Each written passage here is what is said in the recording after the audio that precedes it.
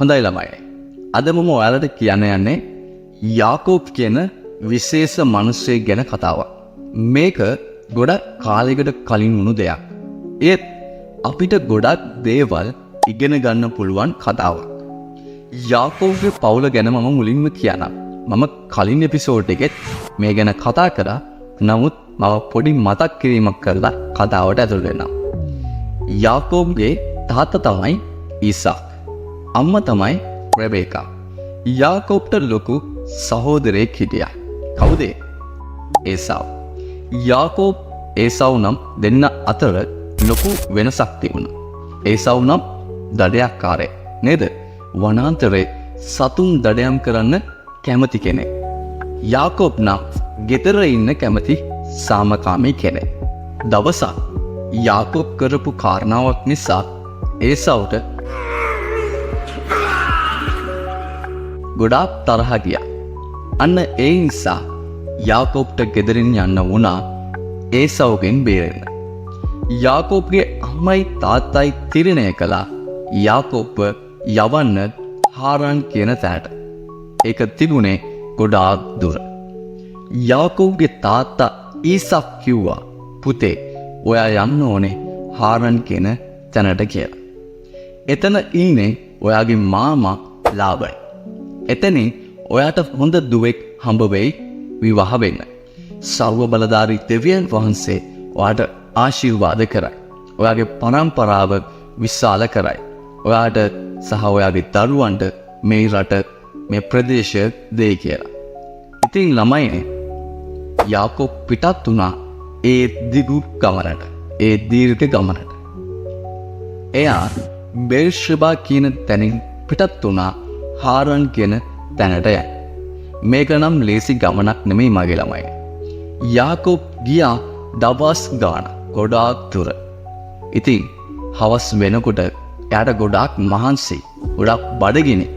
අන්න ඒ නිසා එක සවසක හිරු බැහැලා කළුවර වැටෙන වෙලාවේ යාකෝබ් තීරණය කළා නතර වෙලා නිදා ගන්න. එයා හිටියේ ලූස් කියන තැනක. ඒ ස්ථානයේ නම තමයි ලෝස්. එතන තිබුණේ ගල් විතරයි ළමයි. යාකෝබ් තෝරගත්ත එක ගලක්. ඒක ඔළුවට තියාගෙන ඔහු නිදාගත්තා. ඒ කාලේ මිනිස්සු එහෙම තමයි ගමන් බිමන් ගියේ. ලේසි නැහැ ළමයිනේ. ඒත් යාකෝබ් දන්නවා මේක කරන්නම ඕනි කියලා. ඒ රෑ යාකෝබ්ට පුදුම සිහිනයක් පෙනුණා ළමයිනේ.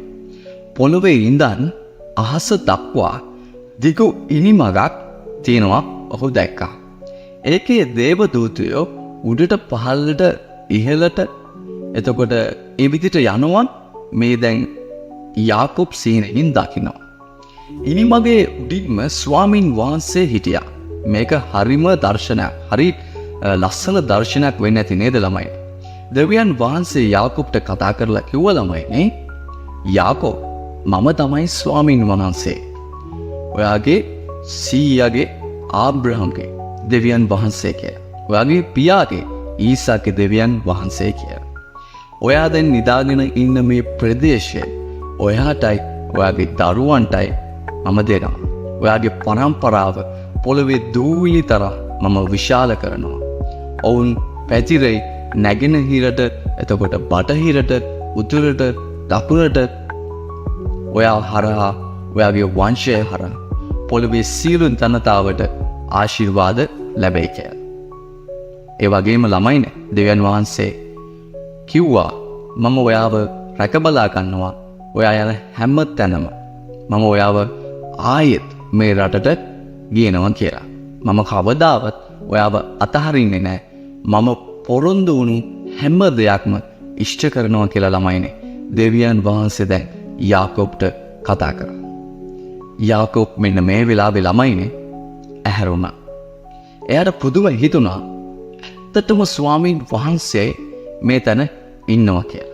ඒත් මම දැනගෙන හිටියේ නැහැ කියලා ඔහු කිව්වා. ළමයිනේ එයාට පොඩ්ඩක් බය හිතුණා. මේ තැන කොච්චර විශේෂද කියලා. මේක දෙවියන් වහන්සේගේ ගෙදර වගේ. මේක ස්වර්ගයේ දොරටුව වගේ කියලා ඔහු හිතුවා. පහවදාට උදේට නැගිටලා යාකෝබ් ඒ ගල අරගෙන කණුවක් වගේ හැදුවා. ඒ මතට තෙල් වක් කරා. මේක පැරණි කාලේ මිනිසුන් කරපු දෙයක්. ඇයි දන්නවද? විශේෂ තැන් ලකුණු කරන්න. යාකෝබ් ඒ තැනට බෙතෙල් කියලා නම දැම්මා. ඒකේ තේරුම තමයි ළමයිනේ දෙවියන් වහන්සේගේ ගෙදර කියන එක. ඒ තැන කලින් ලූස් කියන නමින් තමයි හැඳින්වුවේ. දැන් ඒකට අලුත් නමක් ලැබුණා.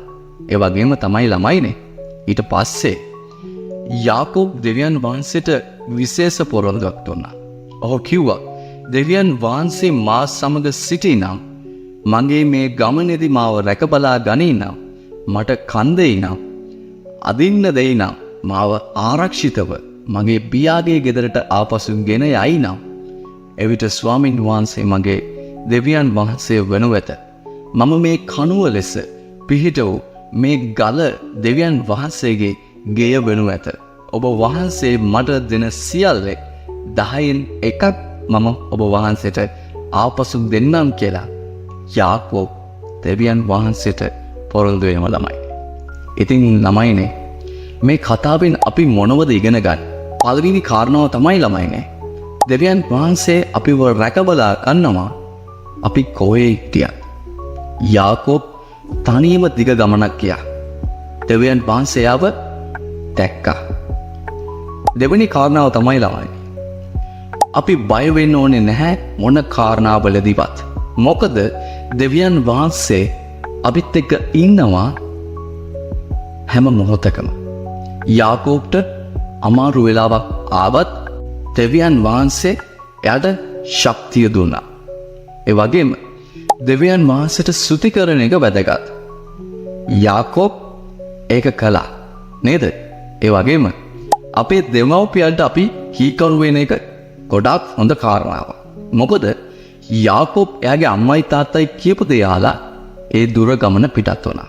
ඒ වගේම තමයි ළමයිනේ අපිට මොන අමාරු වෙලාවල් ආවත් දෙවියන් වහන්සේ අපිට පොරොන්දු දෙනවා අපිව රැක බලා ගන්න. යාකෝබ්ට දුන්නු පොරොන්දුව වගේම. ඉතින් ළමයින් ඊළඟ කාරණාව තමයි දෙවියන් වහන්සේට යමක් දීම වැදගත් නේද? යාකෝබ් පොරොන්දු වුණා එයාට ලැබෙන දේවල් වලින් කොටසක් දෙවියන් වහන්සේට දෙන්න. සමාන වෙලාවට අපි හිතන්නේ නැති තැන්වල දෙවියන් වහන්සේ ඉන්නවා ළමයි. යාකෝබ් හිතුවේ නැහැ ඒ ගල් පිරිච්ච තැන ඒ ගල් පිරිච්ච ස්ථානේ නැත්තම් ලූස් කියන ස්ථානේ දෙවියන් වහන්සේ ඉන්නවා කියලා. ඒ වගේම තමයි දෙවියන් වහන්සේ අපේ ජීවිත වෙනස් කරනවා. යාකෝබ් ඒ ගමනින් පස්සේ වෙනස් පුද්ගලයෙක් වෙනස් මිනිසෙක් වුණා. අපේ ජීවිතේ හැම දෙයක්ම දෙවියන් වහන්සේට වැදගත්. යාකෝබ්ගේ ගමන, නිදා ගැනීම, සිහිනය මේ හැම දෙයක්ම දෙවියන් වහන්සේට වැදගත් වුණා. දෙවියන් වහන්සේගේ සැලසුම් අපේ සැලසුම් වලට වඩා විශාලයි ළමයි. යාකෝබ් හිතුවේ එයා යන්නේ බිරිඳක් හොයාගෙන විතරයි කියලා. ඒ දෙවියන් වහන්සේට තිබුණේ මීට වඩා ලොකු සැලැස්මක්. මතක තියාගන්න ළමයි. ඔයාලා කවදාවත් තනි නැහැ. දෙවියන් වහන්සේ හැම වෙලාවෙම ඔයාලත් එක්ක ඉන්නවා. හරියට යාකෝබ් එක්ක හිටියා වගේම. ඔයාලට අමාරු වෙලාවක් ආවත් සතුටු වෙලාවක් ආවත් දෙවියන් වහන්සේ ඔයාලව දකිනවා, ඔයාලට ආදරය කරනවා. යාකෝබ්ගේ ගමන ඉවර වුණේ නැහැ ළමයි මේ තැන. එයාට තව ගොඩාක් දේවල් වුණා ඉස්සරහට. ඒත් මේ සිහිනෙන් පස්සේ එයා දැනගත්තා දෙවියන් වහන්සේ එයත් එක්ක ඉන්නවා කියලා. ඒක එයාට ලොකු ශක්තියක් වුණා. ඉතින් මගේ ළමයිනේ ඔයාලට අමාරු වෙලාවල් එයි. සමහර වෙලාවට ඔයාලට දුරට යන්න වේ. සමහර අලුත් තැන්වලට යන්න සිද්ධ වේ. ඒත් මතක තියාගන්න දෙවියන් වහන්සේ හැම වෙලාවෙම ඔයාලත් එක්ක ඉන්නවා, ඔයාලට පොරොන්දු දෙනවා, ඔයාලව ආරක්ෂා කරනවා කියලා. ඔයාලත් යාකෝබ් වගේ දෙවියන් වහන්සේට ස්තුති කරන්න පුරුදු වෙන්න. ඔයාලට ලැබෙන හොඳ දේවල් වලින් කොටසක් අනිත් අයටත් දෙන්න උත්සාහ කරන්න. එතකොට ඔයාලට හරියට යාකෝබ් වගේ වෙනවා. දෙවියන් වහන්සේගේ ආශිර්වාද ලැබපු දෙවියන් වහන්සේට ආදරය කරන කෙනෙක් වගේ. මේ කතාව මතක තියාගන්න මගේ ළමයි. ඊළඟ පාර ඔයාලා අහසේ තරු දකින්නකොට මතක් කරගන්න යාකෝබ්ගේ සිහිනය. මතක් කරගන්න අහස සහ පොළව අතර තියෙන ඉනිමග. ඒක තමයි දෙවියන් වහන්සේ අපිත් එක්ක සම්බන්ධ වෙන විදිය. දෙවියන් වහන්සේ ඔයාලට ආශිර්වාද කරයි. හරියට යාකෝබ්ට ආශිර්වාද කරපු විදියටම. ඉතින් මගේ ළමයිනේ මේ කතාවෙන් ඔයාලගේ ජීවිතේට මොනවද ගත්තේ කියලා පල්ලෙහෙන් කමෙන්ට් එකක් දාගෙන යන්නත් අමතක කරන්න එපා. හොඳයි ළමයිනේ. වසර 2500කටත් වඩා පෙර මිසර දේශයේ යුදෙව් ජනතාව ජීවත් වුණා. ඔවුන් එහි පැමිණියේ යෝසෙප් නම් තවත් විශේෂ මිනිසෙක් නිසායි. මුලදී ඔවුන් සතුටින් හිටියා. නමුත් දවසක් නරක හිතක් තියෙන අවිත් රජෙක් බලයට පත් වුණා. මේ රජුට යුදෙව් ජනතාව ගැන බයක් ඇති වුණා. ඇයි දන්නවද ළමයි? මොකද ඔවුන් වැඩියෙන් බෝ වෙන නිසා. ඒ නිසා රජු තීරණය කළා ඔවුන්ව වහලුන් කරගන්න. යුදෙව් ජනතාවට දැන් ගොඩක් අසීරු කාලයක් තමයි එළබිලා තියෙන්නේ. ඔවුන්ට දවස පුරාම වැඩ කරන්න සිද්ධ වුණා. හැමදාම වගේ ගඩොල් කපන්න, ගඩොල් හදන්න, ඒ වගේම ගොඩනැගිලි හදන්න සිද්ධ වුණා. ඔවුන්ට කෑම බීම හරියට දුන්නේ නැහැ. ඔවුන්ට ගොඩාක් ගැහුවා.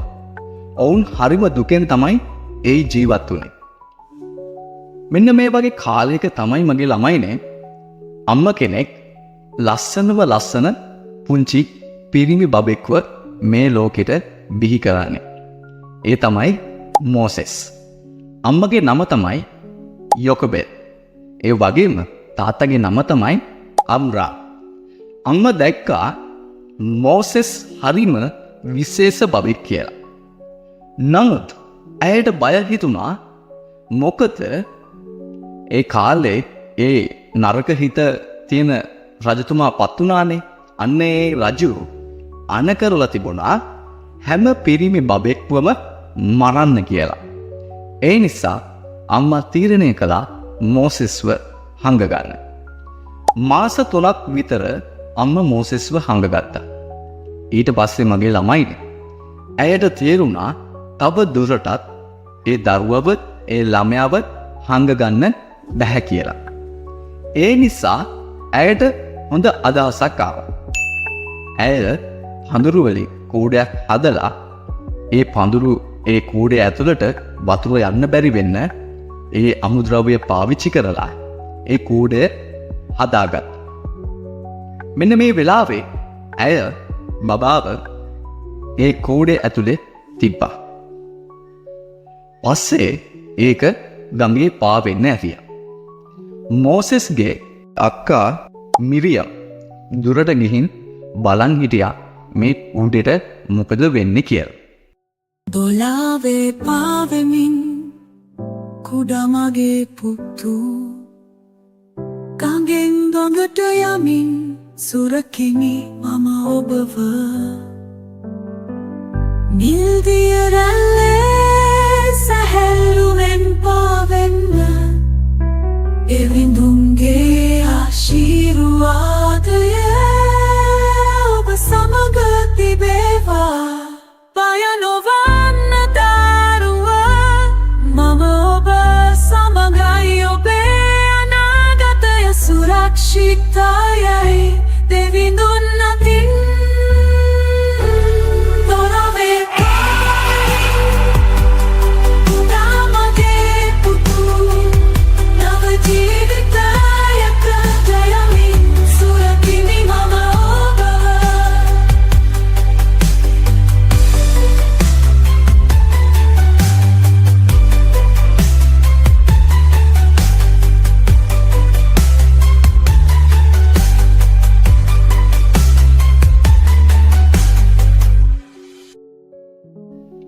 ටික වෙලාවකින් රජුගේ දුව ගඟට නාන්න ආවා ළමයි. ඇය දැක්කා මේ පුංචි කූඩේ පාවෙනවා. ඇය ඒක අරන් ඇරලා බැලුවා එතන හිටියේ ලස්සන පුංචි බබෙක්. කුමාරිකාවට බබා ගැන ආදරයක් ඇති වුණා. ඇය තීරණය කළා බබාව රැක බලා ගන්න. මිරියම් දුවගෙන ඇවිත් ඇහුවා ඔබට මේ බබාව බලා ගන්න කෙනෙක් ඕනේද කියලා. ඇයි දන්නවද ළමයි? මෙයා පුංචි බබෙක්නේ. මේ පුංචි බබාට කිරි දෙන්නත් ඕනේනේ නේද? ඉතින් ඒ නිසා ලොකු අවස්ථාවක් හම්බුණා මෝසෙස්ගේ අම්මට.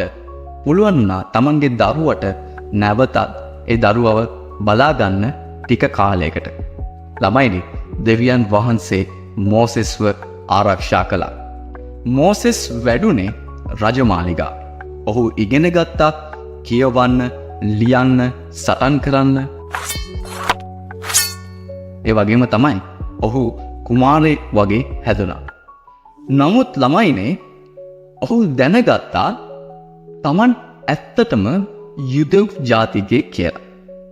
දවසක් ඔහු දැක්කා මිසර සෙබලෙක් යුදෙව් මිනිහෙක්ට ගොඩක් ගහනවා. මෝසෙස්ට ඉතින් තරහ ගිහින් ඒ සෙබලව මැරුවා. ඊට පස්සේ ළමයිනේ ඔහුට මිසරේ පැනලා යන්න සිද්ධ වුණා. ළමයිනේ මෝසෙස් මිදියන් කියන රටට ගියා.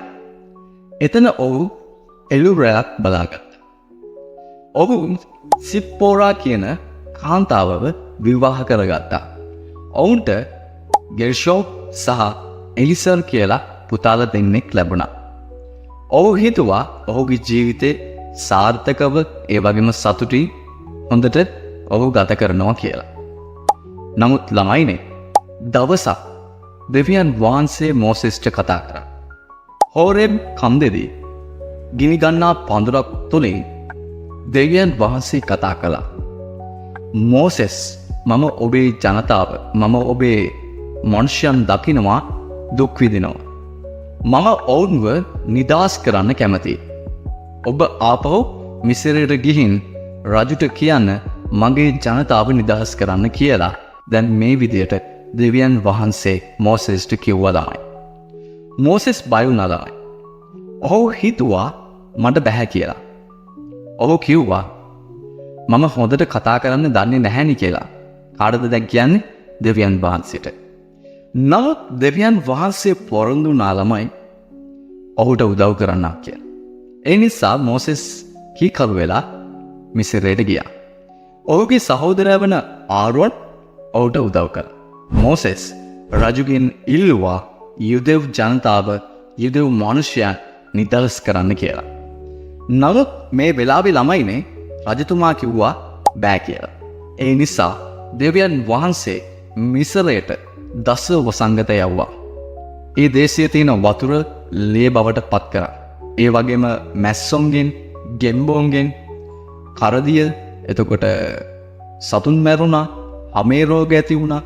ඒ වගේම පළඟැටියන්ගෙන්, ඒ වගේ මේ දේශයට අන්ධකාරය ආවා. ඒ වගේම තමයි ළමයිනේ අන්තිමට කුළුඳුල් දරුවෝ පව මැරුණා. අවසානයේ ළමයිනේ රජු කැමති වුණා මේ දේවල් ඉවස ගන්න බැරුව මේ වේදනාවන් දරා ගන්න බැරි නිසා ඒ රජතුමා කැමති වුණා යුදෙව් ජනතාවට යන්න ඉඩ දෙන්න. ඉතින් ළමයිනේ මෝසෙස් යුදෙව් ජනතාව එක්ක මිසරයෙන් පිටත් වුණා. මේකට කියනවා නික්ම යාම කියලා. ලක්ෂ 6කට වඩා මිනිස්සු මිසරෙන් එළියට ආවා. ඔවුන් රතු මොහොතලකට ආවා. එතකොට ළමයිනේ ඒ වගේම මේ ජනතාව පිටිපස්සෙන් මිසරයේ හමුදාව එලවන්න පටන් ගත්තා. ඒක මේ මිනිස්සු දැක්කා. යුදෙව් ජනතාව මේ වෙලාවේ බය වුණා. නමුත් මෝසෙස් කිව්වා ළමයිනේ බය වෙන්න එපා. දෙවියන් වහන්සේ අපිව බේරගනිවි කියලා. මෝසෙස් තමන්ගේ සැරෑටිය අරගෙන රතු මුහුද පැත්තට දික් කරා. එතකොට ළමයිනේ පුදුම හාස්කමක් සිදු වුණා. මේ මුහුද මේ ගොඩාක් යමුරු මුහුද දෙකට බෙදුණා. හරි මැද්දෙන් වගේ වියලි මාර්ගයක් ඇති වුණා. යුදෙව් ජනතාව ඒ මාර්ගයෙන් ඒ මුහුද එහා පැත්තට ඔවුන් ගියා. හැබැයි මිසරයේ හමුදාව ඒත් පිටපස්සෙන් ඇවිල්ලා සිද්ධ වුණේ ඉතාමත් කනගාටු කාරණයක්. ඒ කියන්නේ මේ මිස්රේ හිටපු සෙබළුන් මේ මුහුදේ තිබෙන වතුර වලට ඔවුන් යට වුණා. ඉතින් මගේ ළමයිනේ මෝසෙස්ගේ ජීවිතය අපිට ගොඩාක් දේවල් ගන්නවා. පළවෙනි කාරණාව තමයි මගේ ළමයිනේ දෙවියන් වහන්සේ හැම කෙනෙක්ටම විශේෂ අරමුණක් දීලා තියෙනවා. මෝසෙස් කුඩා කාලේ හිතුවේ නැහැ Taman ගොඩාක් ලොකු නායකයෙක් වෙයි කියලා. නමුත් දෙවියන් වහන්සේ ඔබ තෝරගත්තා. ඒ වගේම තමයි අපි හැම වෙලාවෙම විශ්වාසයෙන් ඉන්න ඕනේ. මෝසෙස් ගොඩක් වෙලාවට බය වුණා. නමුත් දෙවියන් වහන්සේ ඔහුට ශක්තිය දුන්නා ළමයි. ඒ වගේම දෙවියන් වහන්සේ අපේ යාඥාව නහනවා. යුදෙව් ජනතාව අවුරුදු ගාණක් මේ දෙවියන් වහන්සේගෙන් උදව් වෙනවා. දෙවියන් වහන්සේ වුණව අමතක කරේ නැහැ. නායකයෙක් වෙන එකත් ලීසි නැහැ ළමයිනේ. මෝසෙස්ට ගොඩක් අභියෝග තිබුණා. නමුත් ඔහු ඉවසීමෙන් කටයුතු කරා. හැබැයි අපි හැම වෙලාවෙම සාධාරණව ඒ වගේම කරුණාවෙන් කටයුතු කරන්න ඕනේ. දෙවියන් වහන්සේ පුදුම දේවල් කරනවා. රතු මුහුද දෙකට බෙදීම නේද? එතකොට ඒ ජනතාවට ආහාර ලබා දීම. මේ දේවල් වලින් අපි දකිනවා දෙවියන් වහන්සේගේ ඒ බලය නේද? ඉතින් අපි කවදාවත් මේ දේවල් අපිට පුළුවන් දේවල් අතහරින්න හොඳ නැහැ. අපේ අරමුණු අතහරින්න හොඳ නැහැ. මෝසෙස්ගේ කතාව අපිට කියලා දෙනවා දෙවියන් වහන්සේ අපිත් එක්ක ඉන්නවා කියලා. අපිට අමාරු වෙලාවල් එන්න පුළුවන්. නමුත් දෙවියන් වහන්සේ අපිව කවදාවත් අත්හරින්නේ නැහැ. අපි විශ්වාසයෙන් ඉන්න ඕනේ. කීකරු වෙන්න ඕනේ. අනිත් අයට ආදරය කරන්න ඕනේ. හැම වෙලාවෙම හොඳ දේ කරන්න උත්සාහ කරන්න ඕනේ. මේක තමයි මෝසෙස්ගේ ලස්සන කතාව. ඔහු සාමාන්‍ය මිනිසෙක්. නමුත් දෙවියන් වහන්සේගේ උදව්වෙන් ඔහු ගොඩාක් ලොකු නායකයෙක් වුණා. ඔහු තමන්ගේ ජනතාව නිදහස් කරගත්තා. නේද ළමයි? ඔවුන්ව මෙහෙයුවා.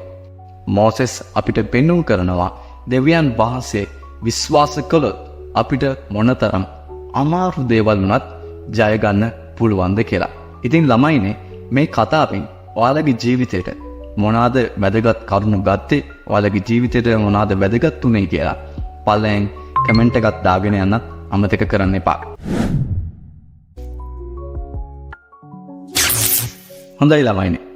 මුලින්ම යේසුවා මෝසෙස්ගේ සේවකයෙක් විදිහට තමයි ඔහු ගාව හිටියේ. මෝසෙස් දෙවියන් වහන්සේ විශ්වාස කරපු විදිහටම ඔහු දිහා බලලා යේසුවා හොඳ නායකයෙක් වෙන්න ඉගෙන ගත්තා. එක දවසක් මෝසෙස් යේසුවවයි කාලෙබ් කියලා කෙනෙකුයි තවත් 10 දෙනෙක්ව විශේෂ රාජකාරියකට යවුවා. ඒ තමයි කානාන් කියන පොරොන්දු දේශයට හොරින් ගිහින් ඒ රට කොහොමද කියලා බලන්න. ගිය අය ගොඩාක් දෙනා බයෙන් ආපහු ආවා. ඔවුන් කිව්වා එහෙ ඉන්න මිනිස්සු යෝධයෝ වගේ කියලා. ඒ වගේම ඒ නගර වටේට ලොකු තාප්ප තියෙනවා කියලා ඔවුන් ඇවිල්ලා කිව්වා. හැබැයි මගේ ළමයිනේ යෂුවා සහ කාලෙබ් ඒ කාරණාවට බය වුණේ නැහැ. යෝධයන්ටයි තාප්පවලටයි වඩා දෙවියන් වහන්සේ ශක්තිමත් කියලා ඔවුන් විශ්වාස කරා. ඒ වගේම ඔවුන් කිව්වා අපිට පුළුවන් දෙවියන් වහන්සේ මේ රට අපිට පොරොන්දු වුණා කියලා. මේ හැමෝටම ඒ කාරණාව යේසුවා සහ කාලෙබ් කිව්වා.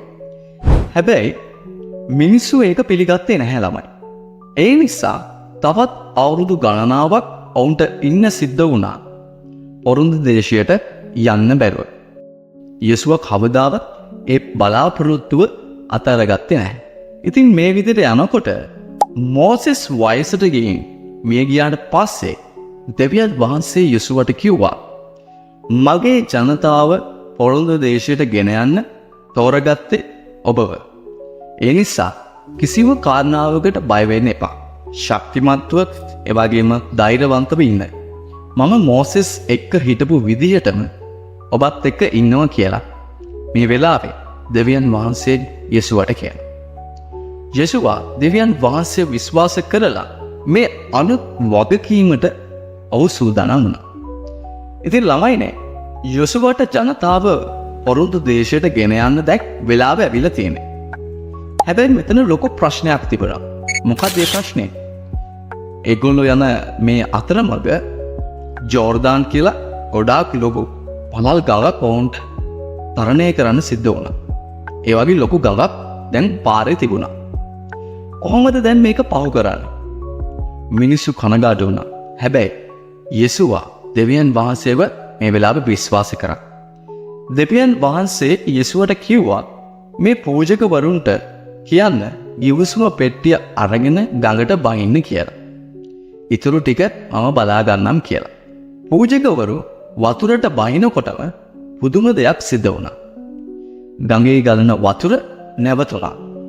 වතුර එක තැනකට ගොඩ ගැහුණා. ඊශ්‍රායල් ජනතාවට වියලි මිලෙන් එහා පැත්තට යන්න පුළුවන් වුණා. ළමයිනේ මේක හරියට දෙවියන් වහන්සේ මෝසෙස් එක්ක එකතු වෙලා රතු මුහුද දෙකට බෙදුවා වගේ කාරණාව. හැමෝම දැක්කා දෙවියන් වහන්සේ කොච්චර ශක්තිමත්ද කියලා. යේසුවා දැනගෙන හිටියා මේක තමයි ඔවුන්ගේ අලුත් ගමනේ පටන් ගැනීම කියලා. ඔන්න ඉතින් දැන් ඔවුන් පොරුන්දු දේශයට ඇවිත් හිටියා.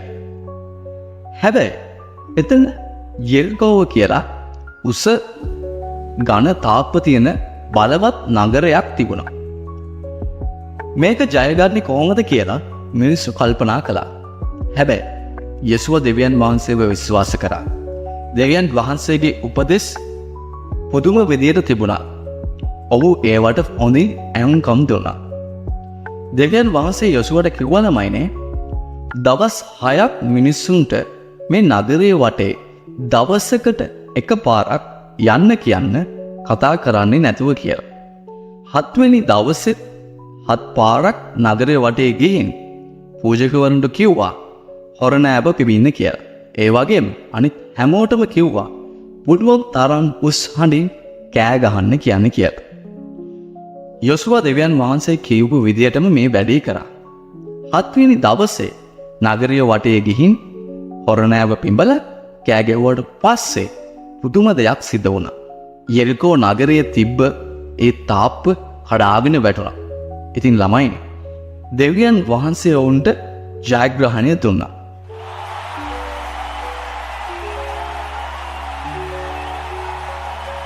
ඉතින් මේ ජයග්‍රහණය ඔවුන්ට ලැබුණා කියලා ගොඩාක් මිනිස්සු එතන හිටපු මිනිස්සු සතුටින් කෑ ගැව්වා. ඉතින් මේ විදියට යේසුවා එක දිගට ජයග්‍රහණ ලබාගෙන ගියා. ගොඩක් කල් ගිහින් සටන් ගොඩක් දිනලා ඊශ්‍රායල් ජනතාව පොරොන්දු දේශයේ පදිංචි වෙලා ඉන්නකොට යේසුවා හැමෝම එකතු කරා. දෙවියන් වහන්සේ ඔවුන්ට කරපු පුදුම දේවල් ගැන ඔහු මතක් කරලා දුන්නා. හැමදාම දෙවියන් වහන්සේට සේවය කරා. උන්වහන්සේ අපිට උදව් කරපු හැටි අමතක කරන්න එපා. මම සහ මගේ පවුල නම් දෙවියන් වහන්සේට සේවය කරනවා කියලා දැන් මේ සෙනඟට යේසුවා කිව්වා. ඒ එක්කම මගේ ළමයි යේසුවාගේ ගමන අවසානය වුණා. ඔහු හැමදාම දෙවියන් වහන්සේ විශ්වාස කරපු විශ්වාසවන්ත නායකයෙක් වුණා. මිනිස්සු ඔහුගේ වචන මතක තියාගෙන ගොඩක් දෙවියන් වහන්සේ ළඟ හිටියා.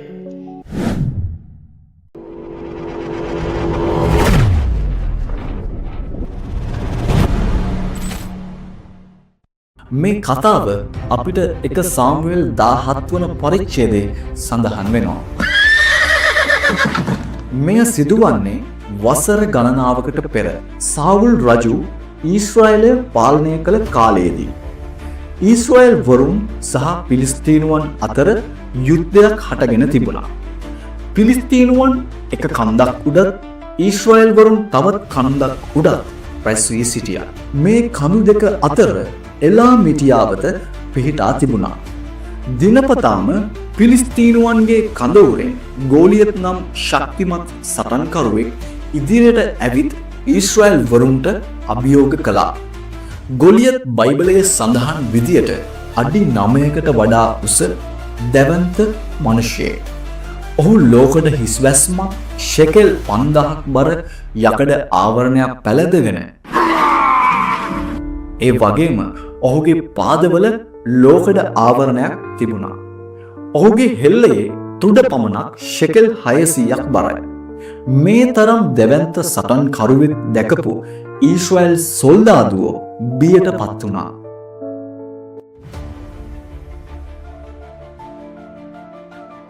දින 40ක් තිස්සේ ගෝලියත් දිනපතා ඉදිරියට ඇවිත් ඊශ්‍රායල් වරුන්ට අභියෝග කළා.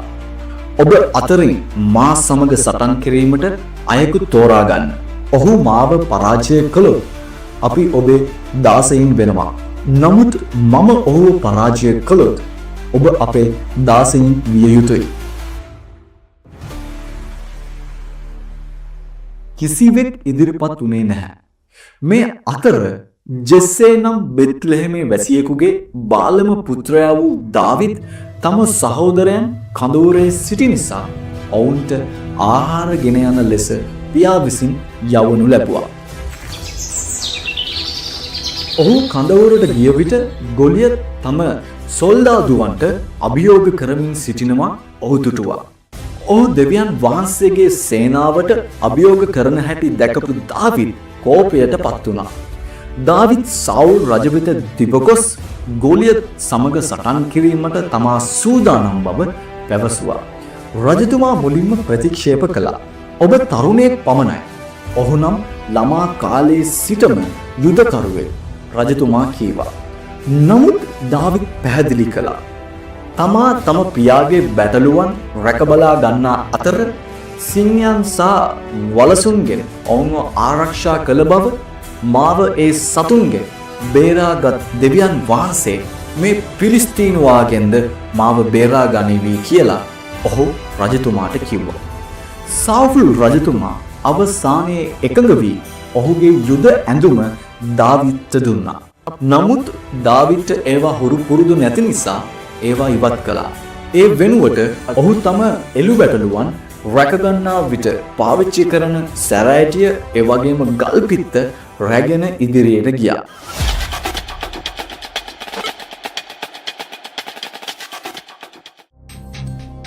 ඊට අමතරව ඔහු එළු බැටළුවන් ජලයට ගෙන යන විට භාවිතා කරන සුමට ගල් 5ක් මිටියාවතේ ඇලෙන් තෝරාගෙන එඬේර මල්ලේ දමා ගත්තා. දාවිද්ව දුටු ගෝලියත් ඔහු දෙස බලා මම බල්ලෙක්ද නුඹ සැරෑටිය අරගෙන මා වෙතට එන්නේ කියා ඔහු තම දෙවිවරුන්ගේ නම් කියමින් දාවිද්ට ශාප කළා. පිලිස්තීනුවා දාවිද්ට කීවේ මා වෙත එන්න මම නුඹේ මාංශ අහසේ පක්ෂීන්ටද වනයේ මෘගයන්ටද දෙන්නෙමි කියා. නමුත් දාවිද් බියටපත් වුණේ නැහැ. ඔබ කඩුවක් හෙල්ලයක් හා හීයක් ඇතිව මා වෙත එන්නේය. එහෙත් මම ඔබ නින්දා කරන ඊශ්‍රායලයේ සේනාවල සමිදානන් වහන්සේගේ නාමයෙන් ඔබ වෙත එන්නෙමි.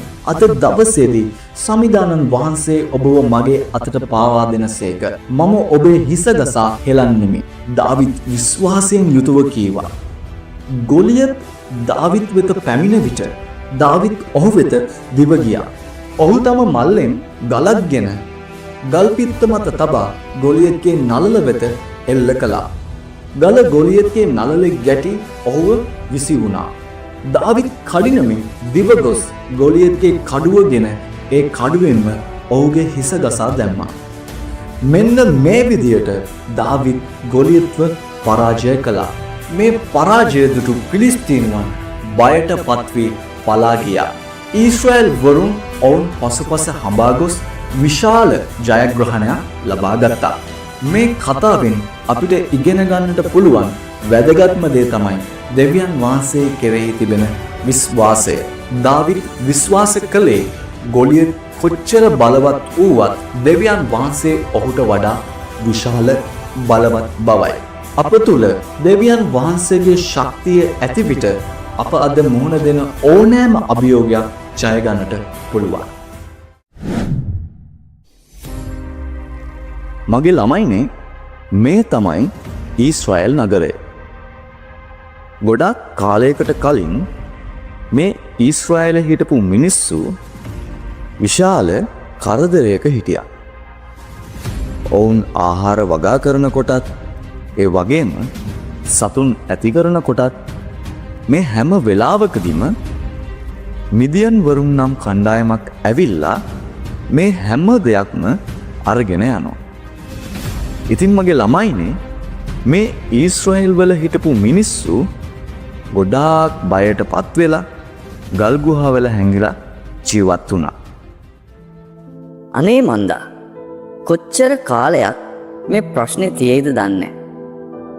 අපි ගොඩාක් මහන්සි වෙලා වැඩ කරනවා. අපි කොච්චර මහන්සි වෙලා වැඩ කරත් වැඩක් නැහැ. මිදියන් වරු මේ හැම දෙයක්ම අරගෙන යනවා. ඉතින් දෙවියන් වහන්සේ අපිට උපකාර කරන්නේ කවදද? මට නම් තේරෙන්නේ නැහැ. මගේ ළමයිනේ ඊශ්‍රායල් මිනිස්සු මේ කාරණාව නිසා උදව් ඉල්ලලා දෙවියන් වහන්සේට යාඥා කළා. දන්නවද මගේ ළමයිනේ? දෙවියන් වහන්සේ ඔවුන්ගේ මොර ගැසීමට සවන් දුන්නා. ඉතින් ළමයිනේ දෙවියන් වහන්සේ මෙන්න මෙහෙම කිව්වා. මම මගේ සෙනගව ගලවන්නෙමි. නමුත් මම ඔවුන්ට නායකත්වය දෙන්න විශේෂ කෙනෙක් තෝරගන්නවා.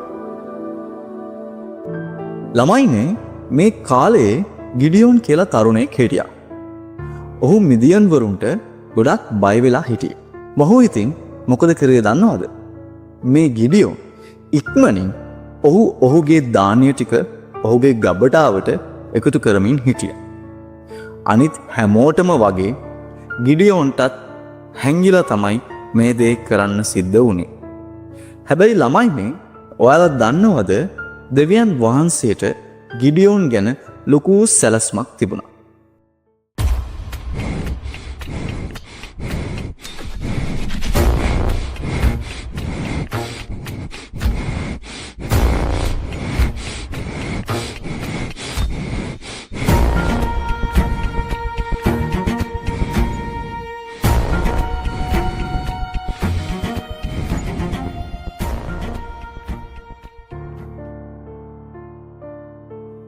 බලවත් රණශූරයා සමිදානන් වහන්සේ ඔබ සමගය. මොනවා? මම බලවත් රණශූරයෙක්? කොහෙත්ම වෙන්න බෑ. මම මගේ පවුලේ බාලයනේ. මට එච්චර දෙයක් කරන්න බෑනේ. මම කොහොමද ඊශ්‍රායල් ජාතිය බේරගන්න රණශූරයෙක් වෙන්නේ? බය වෙන්න එපා. දෙවියන් වහන්සේ ඔබ සමගයි. ඔබ මිදියන් වරුන්ව තනි පුද්ගලයෙකුව පරාජය කරනවා. ළමයිනේ ගිඩියෝන්ට එච්චර විශ්වාසයක් නෑ මේ දේවදූතය කියපු කතාව. හොඳද? මේක ඇත්තටම දෙවියන් වහන්සේගෙන්ම පණිවිඩයක් කියලා ඔහුට සාක්ෂි ඕන වුණා. අන්න ඒ නිසා ළමයිනේ ගිඩියෝන්ට ලකුණක් ඕන වුණා. ඒක නිසා මේ දේවදූතයාගෙන් ගිඩියෝන් ලකුණක් ඉල්ලලා හිටියා.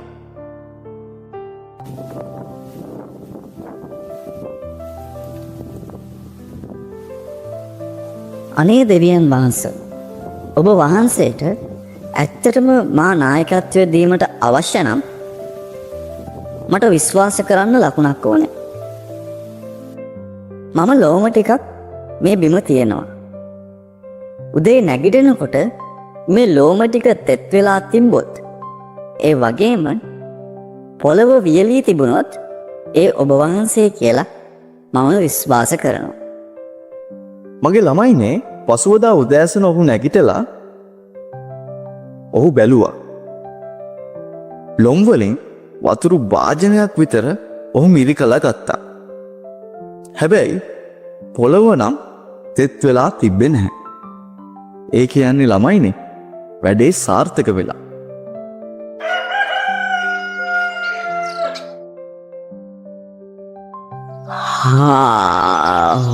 අද නම් හරිම කම්මැලි දවසක්. ඇත්තටම මට නම් මේක හිතා ගන්නවත් බෑ. මේක සැබෑවක්ද කියලා. මාර පුදුමයි. හැබැයි ඒත් ගිඩියෝන්ට එක පාරටම මේ කාරණාව ගැන විශ්වාස කරන්න ටිකක් අමාරුයි වගේ. ඔහු තව ලකුණක් දෙවියන් වහන්සේගෙන් ඉල්ලුවා ළමයි. අනේ ස්වාමින් වහන්සේ, මේ වතාවේ මේ ලොම් ටික වියලිව ගිහින් පොළව තෙත් වෙලා තිබ්බොත් මං අනිවාර්යෙන්ම ඒ ඔබ වහන්සේ බව විශ්වාස කරනවා. දන්නවද මගේ ළමයිනේ? හරියටම හරි. දෙවියන් වහන්සේ ඔහු සමග සිටින බව ගිඩියෝන් නිස්සකවම දැනගෙන හිටියා.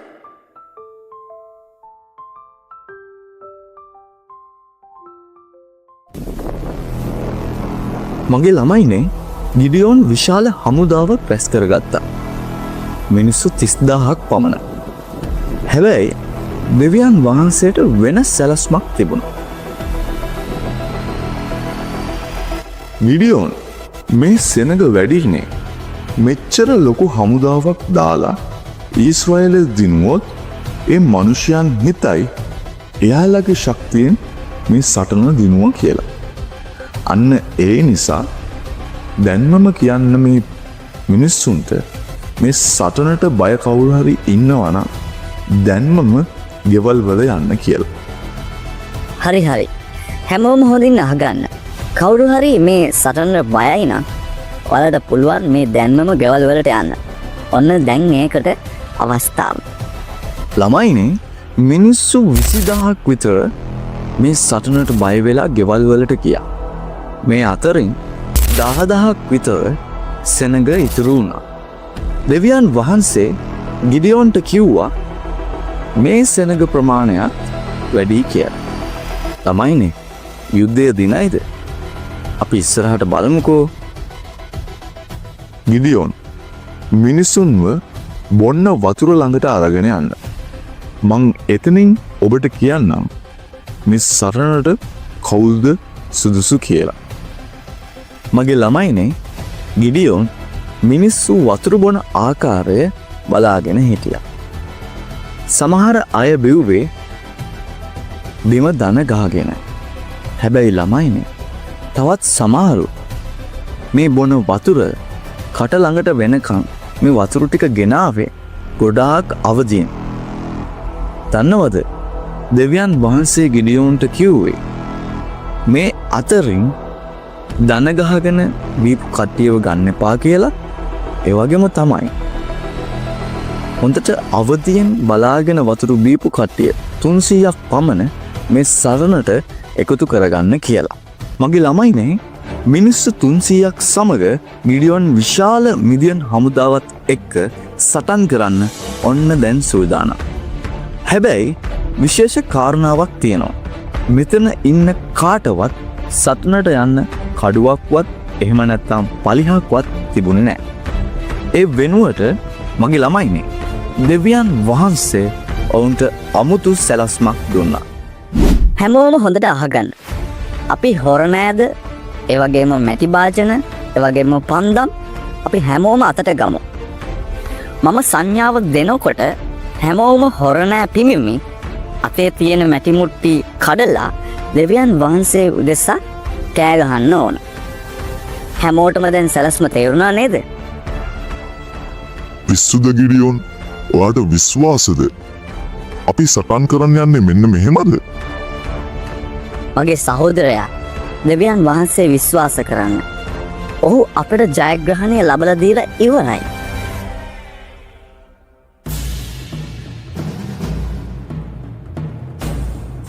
මගේ ළමයිනේ මේ රාත්‍රියේ ගිඩියෝන්ගේ හමුදාව මිදියන් වරුන්ගේ කඳවුර වට කළා.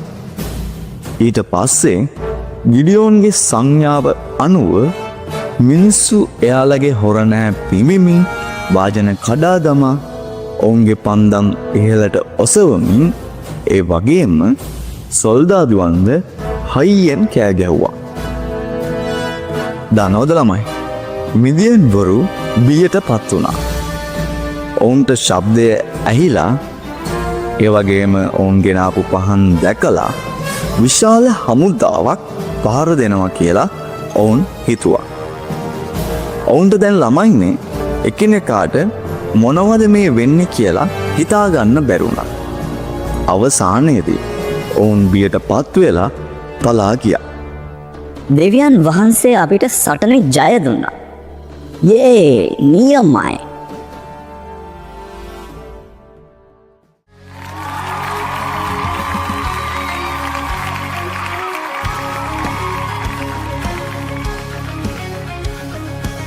මගේ ළමයිනේ දෙවියන් වහන්සේගේ කරුණාව සහ අනුග්‍රහයෙන් ගිඩියෝන් සහ ඔහුගේ මිනිස්සු 300 දෙනා මිදියන් වරුන්ව කඩුවක්වත් නැතුව පරාජය කළා. ඊශ්‍රායල් සෙනග ඔවුන්ගේ සතුරන්ගෙන් නිදහස් වුණා වගේම අවුරුදු ගාණක් සාමයෙන් ජීවත් වුණා. ඔබ මාව විශ්වාස කළා.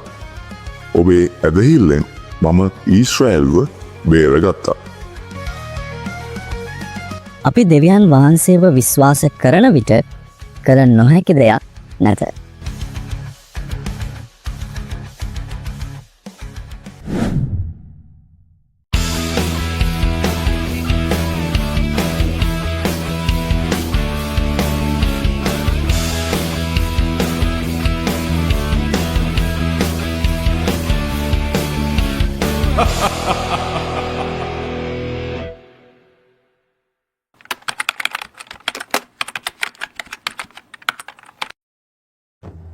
මගේ ළමයිනේ ඊශ්‍රායල් මිනිස්සු දෙවියන් වහන්සේට අකීකරු වෙලා ජීවත් වෙච්ච නිසා වසර 40ක් පිලිස්තිවරුන්ගේ පාලනය යටතේ ඔවුන් ජීවත් වුණා.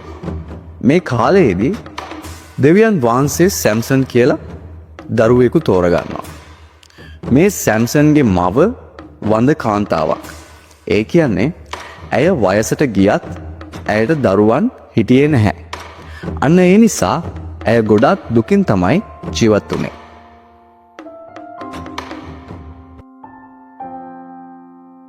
අනේ දෙවියනි, මම ගොඩාක් වයසට ගියත් තවමත් මට දරුවෙක් නෑනේ. ඇත්තටම මට දරුවෙක් හිටියනෝ.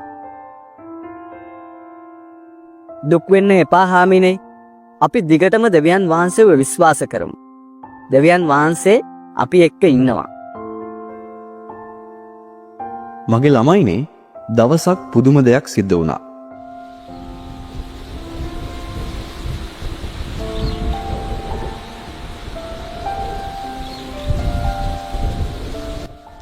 දෙව දූතෙක් ඇය ගාවට ඇවිත් ඇයට කිව්වා ඇයට දරුවෙකු ලැබෙනවා කියලා. ඔහු නාසිරියෙකු ලෙස හදා වඩා ගන්න කියලා ඇයට උපදෙස් දුන්නා. ඒ දේවදූතයා ඇයට විශේෂයෙන්ම කිව්වා ඒ දරුවගේ කොණ්ඩය කපන්න එපා කියලා.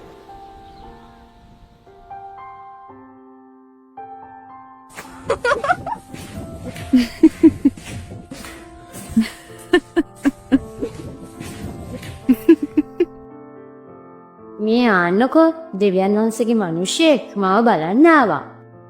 ඔව් කිව්වා ඊශ්‍රායල් වරුන් ගලව ගන්න පුතෙක් අපිට ලැබෙනවා කියලා.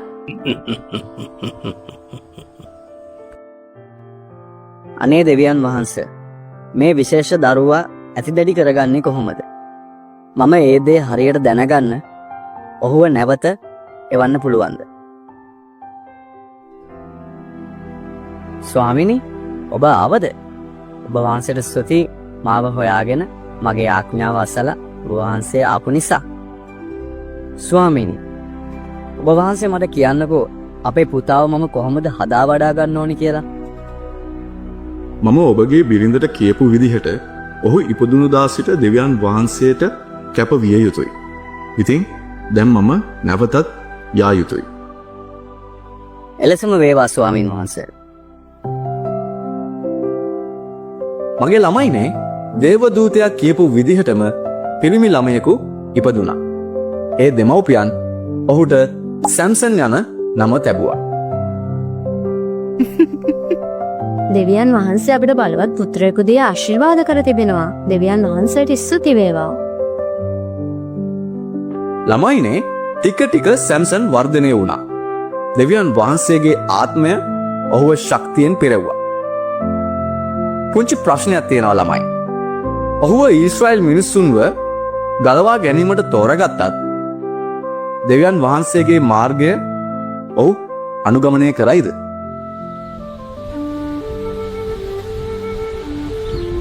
දවසක් ළමයිනේ සැම්සන් සහ ඔහුගේ දෙමව්පියන් තිම්නාවලට ගමන් කරා. සැම්සන් ගොඩාක් ලස්සන කාන්තාවක් දැක්කා. තිම්නවල මෙච්චර ලස්සන ගෑනු ළමේ මට හිතාගන්න තමාරුයි. අනේ තාත්තේ, අම්මේ, මම තිම්නවල ලස්සන පිලිස්තීන කාන්තාවක් දැක්කා. මට ඇයව විවාහ කරගන්න ඕනේ. අනේ සැම්සන්, ඔයාට අපේම අය අතරේ ලස්සන ගෑනු ළමෙක් හොයාගන්න බැරි වුණාද? ඔබ පිලිස්තීන කාන්තාවක් සමග විවාහ වීමට ඔච්චර දඟලන්නේ ඇයි? තාත්තේ, ඔය මොකුත් හරස් ප්‍රශ්න අහන්න එපා. මට ඕනේ ඇයයි. කරුණාකර විවාහය සූදානම් කරන්න. මගේ ළමයිනේ දෙවියන් වහන්සේ ෆිලිස්තීන වරුන්ගෙන් ඊශ්‍රායල් වරුන් ගලවා ගැනීම ආරම්භ කිරීමට මේ උපක්‍රමය භාවිතා කරනවා කියලා ඔවුන්ගේ දෙමව්පියන් දැනුවත්ව හිටියේ නැහැ. මගේ ළමයිනේ ආයෙත් පාරක් සැම්සන් තිම්නවලට යන්න පිටත් වුණා.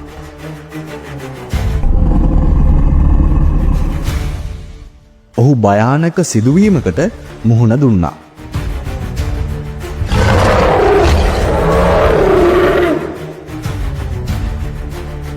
මගේ ළමයිනේ දෙවියන් වහන්සේගේ ආත්මය බලවත් ලෙස ඔහු කෙරෙහි පැමිණියා.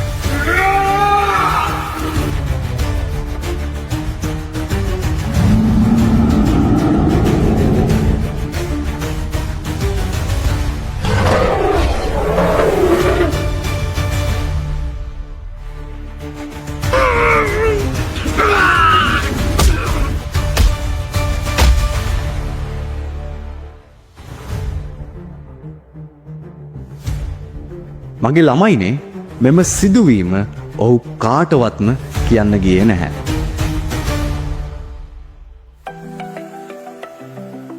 මගේ ළමයිනේ නැවත වතාවක් සැම්සන් තින්නවලට ආවේ ඔහු ආදරය කරන රූමත් කාන්තාවව බලලා යන්න.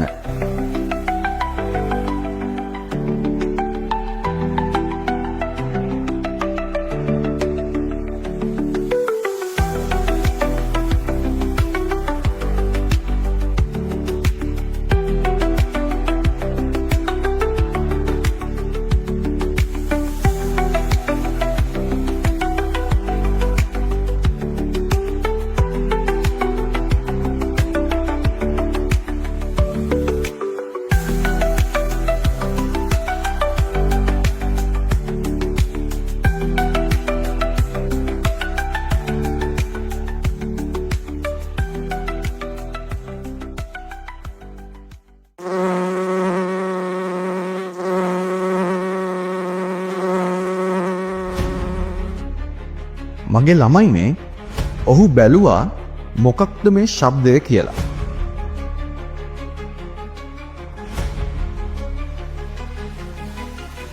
එදා සැම්සන් එක්ක සටන් කරලා මැරුණු සිංහයාගේ කට ඇතුලේ මී වදයක්. ඔහු ඒ මී වදයෙන් ටිකක් කාලා ගෙදර අයටත් කන්න ගිහින් දුන්නා. ඒ කාරණාව ගැන නම් ඔහු කාටවත්ම කිව්වේ නැහැ.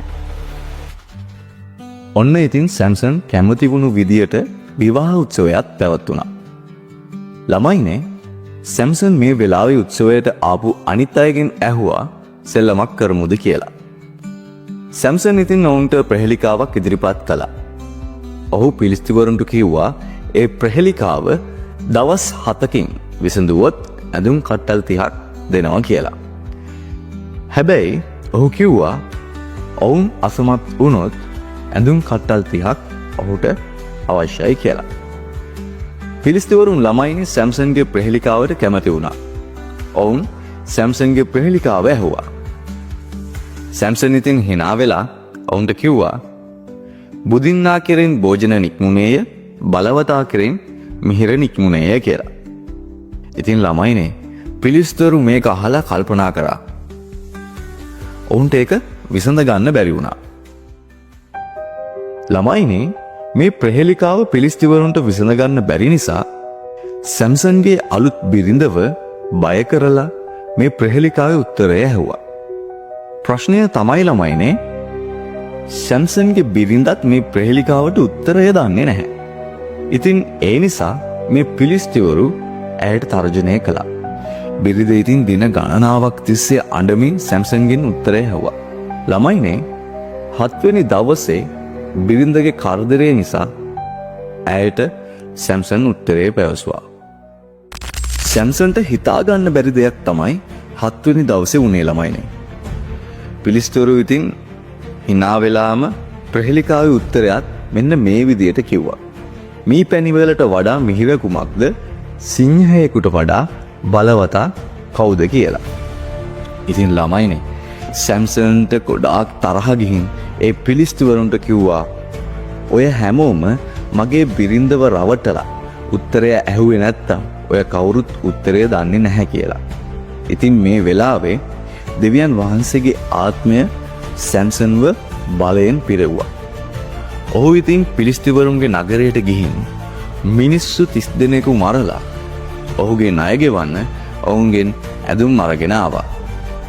මෙන්න මේ විදිහට ටික දවසක් ගියාට පස්සේ ළමයිනේ සැම්සන් එයාගේ බිරිඳව බලන්න ගොඩාක් සතුටින් මාමණ්ඩිගේ ගෙදරට ගියා. සැම්සන් ඉතින් සිනාමුසු මුහුණින් මාමණ්ඩිට කතා කරලා කිව්වා මගේ බිරිඳට ලස්සන එළු පැටියෙකු ගෙනාවා කියලා. ඇයට එන්න කියන්න කියලා කිව්වා. මාමණ්ඩි ඉතින් සංසුන් වෙලා කිව්වා සැම්සන් මම හිතුවේ ඔයා ඇයට වෛර කරනවා කියලා. ඒ නිසා මම ඇයට වෙන විවාහයක් කරලා දුන්නා කියලා. සැම්සන්ට ළමයිනේ ගොඩාක් කේන්ති ගියා. ළමයිනේ මාමණ්ඩි ගොඩක් බය වෙලා කිව්වා ඉන්න ඇයගේ බාල සහෝදරයෙක් ඉන්නවා කියලා. ඇය ඊට වඩා ලස්සනයි ඇය විවාහ කරගන්න කියලා සැම්සන්ට කිව්වා. සැම්සන් ඉතින් ළමයිනේ ගොඩාක් කේන්තියෙන් එතනින් ගියා. සැම්සන් එදා රාත්‍රියේ කෙතක හෙවුලුන් අල්ලාගෙන ඔවුන්ගේ වලිග වැඳලා තියාගෙන හිටියා. සැම්සන් ඉතින් හිතුවා පිලිස්තුවරු ඔහුගේ බිරිඳව පැහැරගෙන ගියා නම් ඔවුන්ගේ අස්වැන්නත් ඔහු විනාශ කරනවා කියලා. ඉතින් අර හෙවුලුන්ගේ වලිගවලට පන්දම් බැඳලා සැම්සන් ඒවට ගිනි තිබ්බා. හෙවුලුන් ඉතින් ළමයිනේ පිලිස්තිවරුන්ගේ කෙත් හරහා දුවලා ගිහින් පිලිස්තිවරුන්ගේ තෙවිඟු මිදිවතු ඔලිව් වතු සේරම දේවල් පුච්චලා දැම්මා. පිලිස්තීනයේ ගොවියෝ බයට පත් වෙලා ඔවුන් දැක්ක මේ සියලු අස්වැන්න ගිනි ගන්නවා. ඉතින් මේ නරක වැඩේ කවුද කළේ කියලා ඔවුන් කතා වුණා. එක පිලිස්තියෙක් කිව්වා සැම්සන්ගේ බිරිඳ ඇයගේ තාත්තා වෙන කෙනෙකුට දුන්නනේ. අන්න ඒ කේන්තියට තමයි අනිවාර්යෙන්ම මේ වැඩේ සැම්සන් කරන්න ඇත්තේ කියලා. ඉතින් පිලිස්තිවරුන්ටත් ගොඩක් කේන්ති ගියා. ඔවුන් දත්මිටි කමින් එතනින් පිටත් වුණා. ඔවුන් එතනින් පිටත් වුණේ ළමයිනේ සැම්සන්ගේ බිරිඳගේ ගෙදර ගිනි තියන්න. සැම්සන් ඉතින් අර අස්වැන්න ගිනි තියලා කන්දක් උඩට ගිහින් බලාගෙන හිටියා ගමට මොකද වෙන්නේ කියලා. මේ විදියට බලාගෙන ඉන්නකොට ඔහු දැක්කා ඔහුගේ බිරිඳගේ ගෙදර ගිනි තියෙනවා. සැම්සන්ගේ හදවත ගොඩක් රිදුනා ළමයිනේ. හැබැයි ඒ වගේම ඔහුට කේන්තිත් ගියා. ඔහු හිතුවා ආයෙ පාරක් ඔහුට ඒ කියන්නේ සැම්සන්ට ඔවුන් නපුරක් කළා කියලා. ඒ නිසා පිලිස්තිවරුන්ට දඩුවම් කරන්න තීරණය කළා. සැම්සන් ඉතින් පිලිස්තිවරුන්ට පහර දීලා ඔවුන්ව මැරුවා. පිලිස්තිවරු මේ වෙලාවේ පරාජය වුණා. ඉතින් ළමයිනේ සැම්සන් ගිහින් ඒතාම් කියලා කන්දක හැංගිලා හිටියා. ළමයිනේ දැන් සැම්සන් හැංගිලානේ. ඉතින් පිලිස්තිවරුන් සැම්සන්ව හොයාගෙන පිටත් වුණා. මේ පිලිස්තිවරු යුදා කඳවුරට තමයි ආවේ. පිලිස්තිවරු යුදාවල ඉන්න මිනිස්සුන්ට කිව්වා අපි සටනට නෙමෙයි ආවේ. ඒත් සැම්සන් අපිට බාර දෙන්න කියලා. අපි ඔහු හොයාගෙන තමයි ආවේ කියලා යුදාවල ඉන්න මිනිස්සුන්ට කිව්වා. යුදාවල හිටපු මිනිස්සුන් 3000ක් විතර පිටත් වුණා ළමයිනේ. සැම්සන්ව හොයාගෙන ඒතම් පර්වතය අසලට. යුදාවේ නායකයා සැම්සන් ගාවට ගිහින් ආයාචනා කළා. සැම්සන්, ඔයා දන්නේ නැද්ද පිලිස්තිවරුන් අපිව පාලනය කරනවා කියලා? ඔබ ඇයි ඔවුන්ට පහර දුන්නේ? ඔවුන් එය ආරම්භ කළා. මම ඔවුන්ට කළේ ඔවුන් මට කළ දේක පමණයි. ඉතින් මගේ ළමයිනේ යුදාවල නායකයා සැම්සන්ට කිව්වා ඔහුව ලණුවලින් බැඳලා පිලිස්තිවරුන්ට බාර දෙනවා කියලා. මොනවා කළත් සැම්සන්ව මරන්න දෙන්නේ නැහැ කියලා සැම්සන්ට යුදාවල සිටින මිනිසයන් පොරොන්දු වුණා. ඉතින් ළමයිනේ සැම්සන් ඒකට එකඟ වුණා. සැම්සන්ව ලණුවලින් බැඳලා පිලිස්තිවරුන් ගාවට එක්කගෙන ගියා. මේ වෙලාවේ ළමයිනේ සැම්සන්ව ලණුවලින් බැඳලා ඔවුන් ගාවට අරගෙන එනවා දැක්කාම පිලිස්තිවරු එක් රැස් වෙලා ඔවුන්ගේ ජයග්‍රහණය සමරනවා. අවසානයේ බලවත් සැම්සන් අපේ අතේ. හැබැයි ළමයිනේ හදිස්සියම දෙවියන් වහන්සේගේ ආත්මය සැම්සන් මතට පැමිණියා. ඔහු නූල් වගේ අර විශාල ලනු කඩලා දැම්මා. පිලිස්තිරු ගොඩාක් කම්පනයට පත් වුණා ළමයිනේ. ළමයිනේ සැම්සන් බිමෙන් බූරුවෙකුගේ හකු ඇටයක් අරගෙන පිලිස්තිවරුන්ට පහර දුන්නා. සැම්සන් ඉතින් කෑ ගහලා කිව්වා ළමයිනේ බූරුවෙකුගේ හකු ඇටයකින් මිනිස්සු දහසක් මැරුවා කියලා. මේ සියල්ලම පරාජය කරලා යුද පිටියේ ජයග්‍රාහකව ගාම්භීරව සැම්සන් හිටියා. ඉතින් මේ වෙලාවේ ළමයිනේ සැම්සන්ට ගොඩාක් මහන්සි. ඇයි ඉතින් සටන් කළානේ. සැම්සන් දෙවියන් වහන්සේට කිව්වා ඔබ මට ජයග්‍රහණය දුන්නා. හැබැයි ඒත් මට ගොඩාක් වතුර තිබහයි කියලා. ළමයිනේ පුදුම දෙයක් සිද්ධ වුණා. දෙවියන් වහන්සේ ජල උල්පතකින් ඒ මොහොතේ සැම්සන්ට වතුර ලබා දුන්නා. සැම්සන් ඉතින් වතුර බීලා ඔහු ශක්තිමත් වුණා. සැම්සන් මේ ස්ථානයට එන් හක්කෝරේ යන නම තිබ්බා. ඔන්න මගේ ළමයිනේ සැම්සන් ඊශ්‍රායෙල් වරුන්ගේ ඉදිරියේ ඔහු නායකයා වගේම දැන් ආරක්ෂකයා. සැම්සන් පිරිසිවරුන්ගේ ඊශ්‍රායෙල් වරුන්ව ආරක්ෂා කළා. ඒ වගේම අවුරුදු 20ක් ඔවුන්ව විනිශ්චය කළා. සැම්සන් රාත්‍රියක ළමයිනේ ගාසා නගරයට ඇවිදගෙන ගියා. ළමයිනේ ඔහු ශක්තිමත් වගේම ඔහු ගැන ඔහුට විශ්වාසයි. පිරිසිවරුන් ඔහුව දැක්කා. ඔවුන් කොඳුරමින් කිව්වා බලන්න ඒ තමයි අර බලවත් ඊශ්‍රායෙල් ජාතිකයා කියලා. තවත් පිරිසියෙකු සමච්චලයට hinaවෙගෙන කිව්වා දැන් ඔහු අපේ අතේ නේ කියලා. උදේ පාන්දර වෙන්න කලින් අපි ඔහුව උගලට අල්ලගමු කියලා. පිරිසිවරු ඉතින් ළමයිනේ උදේ පාන්දර ඔහුව අල්ලගන්න ඕනේ කියලා හිතාගෙන ගාසා නගරේ හැම දොරක්ම අවහිර කළා. හැබැයි ළමයිනේ එදා රෑම සැම්සන් අවදිව ඉඳලා නගරයේ දොරටු ගාවට ඇවිදගෙන ගියා. සැම්සන් ඔහුගේ අත් දෙකෙන් කඹයක් දාලා විශාල දොරවල් දෙක අල්ලගෙන හිටියා. සැම්සන් ඉතින් සමච්චලයට hina වෙලා උන්ට කිව්වා ඔයාලට මාව අල්ලගන්න පුළුවන්ද කියලා. සැම්සන් ඉතින් ඔහුගේ ශක්තියෙන් අර විශාල දොරවල් දෙක කඩලා ඒව ඔහුගේ උරහිස මත තියාගෙන කන්දක් උඩට ඇවිදගෙන ගියා. මේ වෙලාවේ පිලිස්තිවරුන් ළමයිනේ ගොඩාක් කම්පනයට පත් වුණා. ඒ වගේම තමයි ළමයිනේ සොරෙක් කියන මිටියාවතේ සැම්සන් පිරිස්ති කාන්තාවක් වන දෙලීලාව මුණ ගැහෙනවා. සැම්සන් ඉතින් ඇයට ආදරය කරන්න පටන් ගත්තා. හැබැයි ළමයිනේ ඇය වෛශ්‍යා කාන්තාවක්. දවසක් ළමයිනේ පිලිස්ති නායකේ දෙලීලාට කොඳුරමින් කිව්වා සැම්සන් ගොඩක් ශක්තිමත්නේ. ඔහුගේ ශක්තිය කොහෙද තියෙන්නේ කියලා කොහොම හරි දැනගන්න කියලා. එහෙම කරලා දුන්නොත් අපි ඔබට මුදල් දෙනවා කියලා පිලිස්ති නායකයා මේ වෛශ්‍යා කාන්තාවට නැත්තම් මේ දෙලීලට කිව්වා. දෙලීලත් ඉතින් ළමයිනේ කපටි කමට hina වෙමින් ඒ දේ බාරගත්තා. එදා දවසේ ළමයිනේ දෙලීලා සැම්සන් ගාවට ගිහින් වාඩිගෙන ඇය ඌට කිව්වා සැම්සන් ඔයා ගොඩාක් ශක්තිමත්නේ. මට නම් හිතා ගන්නවත් බෑ. කොහෙන්ද ඔයාට මේ තරම් බලයක්? ඔයාව කාටවත්ම පරාජය කරන්න බැරිද කියලා. ළමයිනේ සැම්සන් ඉතින් කිව්වා ඇයි බැරි පුළුවන් කියලා. සැම්සන් දෙලීලාට පොරුවට කිව්වා අලුත් ලනු 7කින් මාව බැන්දොත් මාව පරාජය කරන්න පුළුවන් කියලා. මගේ ළමයිනේ දෙලීලා කොච්චර කපටයි කියලා දන්නවද? ඇය සැම්සන් නිදාගන්නකම් හිටියා. නිදාගත්තට පස්සේ ඇය ලනු වලින් බැඳලා පිලිස්තිවරුන්ට කතා කළා. ඊට පස්සේ ළමයිනේ ඇය බොරුවට අනේ සැම්සන් නැගිටින්න. පිලිස්තිවරුන් ඔබ අල්ලන්න ඇවිල්ලා කියලා හයියෙන් කෑ ගැහුවා. මගේ ළමයි ඉතින් දන්නවනේ සැම්සන් ඉතින් මේ ලනු ටික ගොඩාක් ලේසියෙන් කඩාගෙන නැගිට්ටා. පිලිස්තිවරු බයේ පැනලා ගියා ළමයිනේ. දෙලීලත් ඉතින් ළමයිනේ කපටි කමට කෙඳිරි ගාමින් සැම්සන් ඔයා මට බොරු කරා බොරු කිව්වා. මට ඇත්ත කියන්න කියලා පැවසුවා. ළමයිනේ දෙලීලා ඉතින් දුක් මූණ දාගෙන හැමදෑම සැම්සන්ගෙන් මේ කාරණාව ඇහුවා. අවසානයේ සැම්සන්ට මෙයාට විරුද්ධ වෙන්න බැරි වුණා. සැම්සන් ඉතින් එයාගේ ශක්තිය රහස දෙලීලාට කිව්වා. ඇයට කිව්වා ඔහුගේ දිග කොණ්ඩේ තමයි බලය තියෙන්නේ කියලා. ඉතින් මේ කොණ්ඩේ කැපුවොත් බලය නැති වෙනවා කියලා සැම්සන් පැහැදිලිවම දෙලීලාට කිව්වා ළමයින්. එදා රාත්‍රියේ මේ කපටි දෙලීලා සැම්සන් නිදා ගන්නකන් හිටියා. ඊට පස්සේ හෙමීට ඔහුගේ කොණ්ඩේ කැපුවා. ටක් ගාලා දෙලීලා ගිහින් පිලිස්තුවරුන්ට කිව්වා ඔහුට දැන් බලයක් නැහැ කියලා. ඉක්මනට අල්ලගන්න කියලා. දෙලීලා ඉතින් කලින් වගේම අනේ සැම්සන් පිලිස්තුවරුන් නැවිල්ලා කියලා හයියෙන් කෑ ගැහුවා. සැම්සන් ඉතින් ළමයිනේ බය වෙලා නැගිට්ටා. ළමයිනේ හැබැයි ඔහු දුර්වලයි.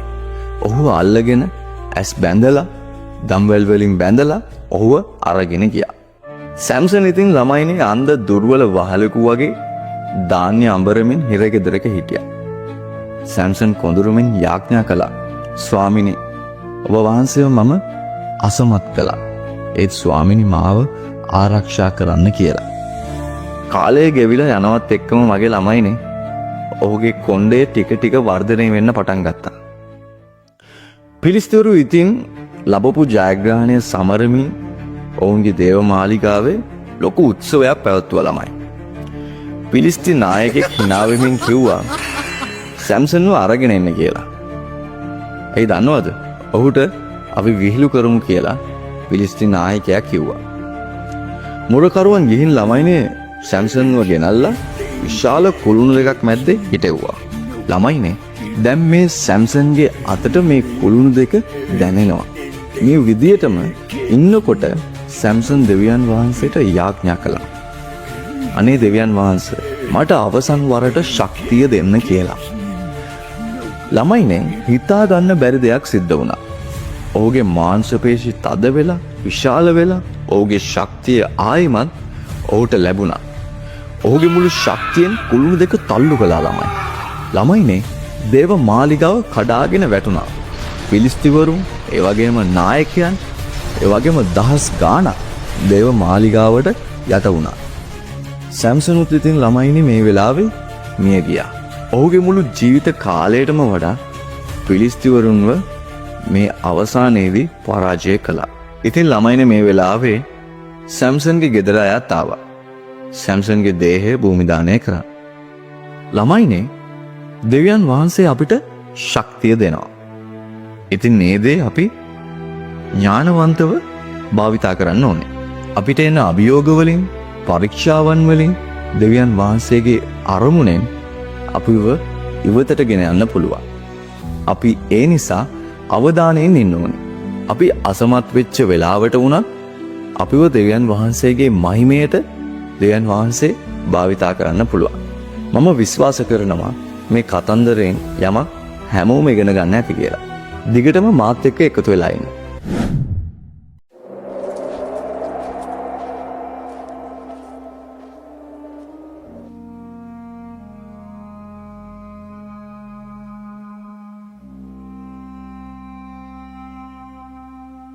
විනිශ්චයකාරයන්ගේ කාලයේදී යුදා දේශයට සාගතයක් ඇතිවිය.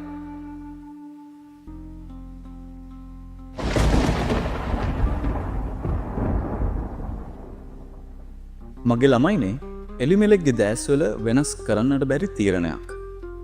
සාගතය නිසා එලිමෙලෙක් සහ නයෝමි ඇතුළු ඔවුන්ගේ දරුවන් දෙදෙනා වන මාලුන් සහ කිලියොන් මෝවොත් දේශයට පිටත් වුණා. හැබැයි ළමයිනේ එම තීරණය දෙවියන් වහන්සේට විරුද්ධව තිබුණා.